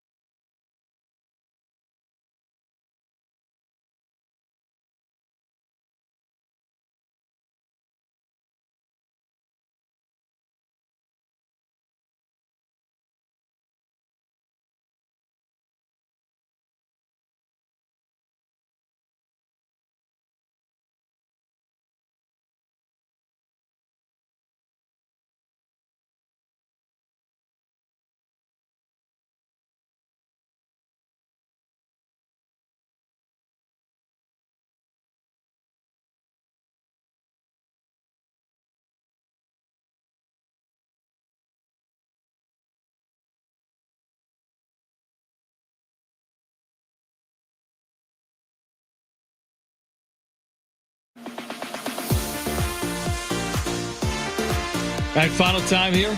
Jon and Jim, San Diego Sports 760 AM radio keeps vital voices accessible. Congress can secure its future, but we need your help. Text AM to 52886 now to support keeping AM radio in cars. Tell your member of Congress to pass legislation now and keep AM radio in cars. Standard message and data rates apply. Again, if you got a question for Dutch, Brian Dutcher show coming up at 6 p.m. You can get it in right now. 70470. Start it with the word team. Hi, You John. ready? How are you? You ready for Good. this back page? And Good. 4-hour show. We're almost yeah, to the end of the road. we have another one tomorrow. Yes, we do. And it's Jim's going to be driving the bus next week because I'm on vacay. Yeah. Yeah. You're going to need some news, dude. I won't get any. I'm It's already gonna be banking. quiet. Dude, that 1 week I was off for that. There were a day or two in there when I was in like Logan, and you spent like hours on like the Tyler Wade 9. Yeah, it was a problem. That was a Yeah, I know. it was a problem. That was a problem. All right. No, it's not gonna be bad. There's gonna be a lot. Going on. Everything's The fine. Super Bowl's next week. Yeah, we talked football. You could talk Super Bowl. Could break it down.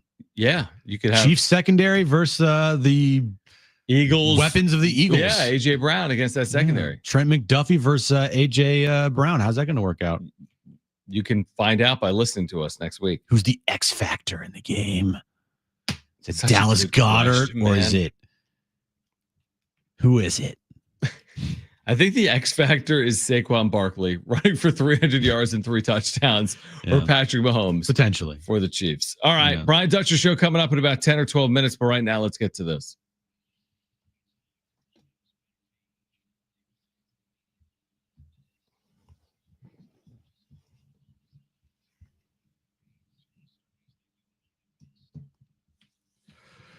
You want to know the get-in price for the Super Bowl this year? Man, Eagles, Chiefs in New Orleans. I'll guess $5,190, $5,190. Close, 5,500. Okay, so I was low. Not bad. Not bad. My guess, or can you imagine spending Your guess. $5,500 on a No. ticket if the Niners were in this game? No. Is there any world where you would spend? There's $55? no world where I would pay that much to go to any sporting event. No. Because if my team that I'm going there to watch did not win, now granted, it didn't matter because I still am out $6,000, but it would make it even worse if I go and the 49ers like lost. Yeah, and it's not like that's the entire cost. You got to get there. You're Oh, likely yeah. going with another person. I mean, you're 10, 15, 20K to do it. Yeah, it is. It's not, in my opinion, it's not worth it. I think back in the day, like my dad asked me one time, if there was one sporting event that you would want to go to, what would it be? Okay. And I What'd you say? remember telling him I would love to go to the Super Bowl, Mm-hmm. but knowing how corporate it is, and if I went, I would much rather watch it on television. Like we've been to football games before. Yep. If you don't have like a perfect seat, like the 50-yard line overlooking Yeah, the it's field, not it's even a good really watch. hard. You can't see.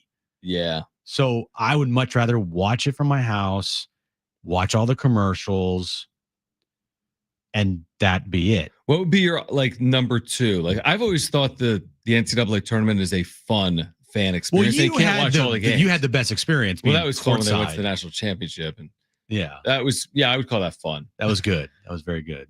But like, would a Final Four be on that list? Is like a bucket list type thing? No, you're not like a diehard college basketball guy. No, I mean that'd be really cool to go to. Obviously, the Final Four, San Diego State that year. I was You very should've gone, dude. close to going. I don't think I could have done it because I had Right, to stay remember. here and Yeah. do shows. But yeah, Final Four up there. Like Masters Yeah, Masters for me. for you. You're a golf guy. Probably would be it. My dad's been to a Masters before. Olympics, World Cup, anything like that. Olympics would be pretty cool. We had some of our good friends go to the Olympics this past year in London, and they said it was an amazing experience. But it's also London. How can it not be? No, I think it was Paris, dude. Sorry, Paris. Did I say London? Same thing. Paris. My Eiffel Tower, Paris. Big Ben, Sorry. whatever. They're in Paris. All right, what else you have? You remember the Wemby game used jersey Wemby game used that was given to a fan at a December game? Yes. And then he moved it, right? immediately put it on like eBay. That was a joke. It has now reached $26,000 with a buyer's premium in an auction at a place called Golden. So the guy that got it, you're saying, is going to be reaping the rewards of the whatever the percent he gets. There's 3 weeks remaining in the bidding. And it's $26,000. $26,000. So basically, that guy that got it is going to walk away $20,000 richer at least. Why would I mean, Wemby didn't know it was going to happen. Again, you're just trying to do the right thing. I get it. Why you want to put this on, an auction or whatever, but I just wouldn't get somebody buying it. Now, I bet you people buying it are auction sites, or it's not one singular person in his basement like clicking refresh to make sure to see. Well, I think you get that thing and you spin it in a decade and it might be worth tenfold. Yeah, because Wemby's going to be, dude. I watched this 10-time All-Star minimum. He just did those Paris games against Indiana. We watched the second game. He's incredible, dude. Have you seen this guy? Yes, I have, John. He can shoot and he's the dribble. face of the league going forward. I mean, not from what I'm watching, but he should be. Well, when his time comes, hopefully he will become the face of the NBA. So. I think you're right. He's His that skill good. Set is absurd. Multiple MVPs on deck. 10 to 15-time All-Star if he stays healthy. Like Hall of Famer. He is it. Yeah, he's good. Yeah, he's very, very good. And the story that Brent was waiting for, McDonald's today announced a brand new collaboration with Brent's favorite player, Angel Reese. Oh, really? The WNBA All-Star, Angel Reese, is making history as the first female athlete to have a national McDonald's meal collab. What's it called? A double-double? Launching February 10th, the Angel Reese special includes a barbecue bacon quarter pounder with cheese, topped with McDonald's new bold barbecue sauce, plus French fries and a drink. Reese was a McDonald's All-American in 2020. She says the partnership is full circle for her. McDonald's describes the new bold barbecue sauce as a sweet, savory, and slightly spicy game changer.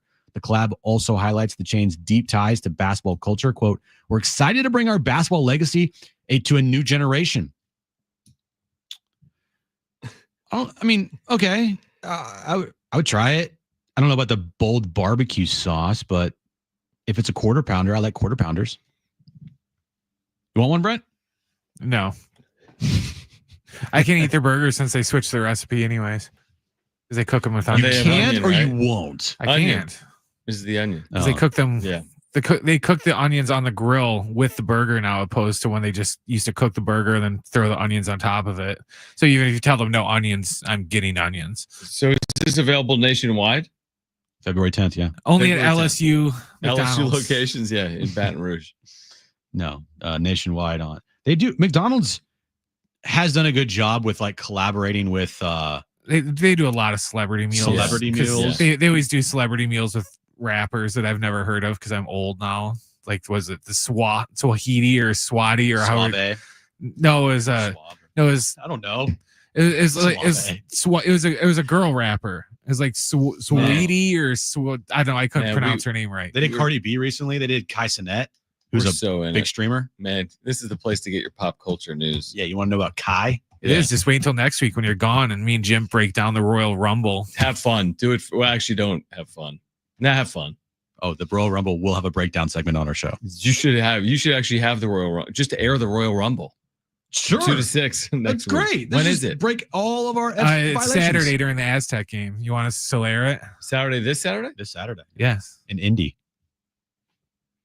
Who do you think is going to win? I don't care. I mean, if there's name me one very wrestler. few things I don't care. I'll name you a wrestler right now. No, you can't. A living one. Okay, there you go. Yeah. Triple H. He's He's going to beat. He got inducted into the Hall of Fame. Stacey McMahon. Close, Stephanie McMahon. Yeah. And I'll give you another one. Speaking of Stephanie McMahon, did you see she's getting her own show on ESPN Plus? I did. It's supposed to be like a Peyton's Places, only a wrestling version of it. Jim will watch that. I'll watch it. All right. Brian Dutcher show coming up next. Get your text in if you have a question for Dutch. 70470. Start it with the word team. For Brent and Jim, I'm John. Keep it here. This is San Diego Sports 760. Okay, bye.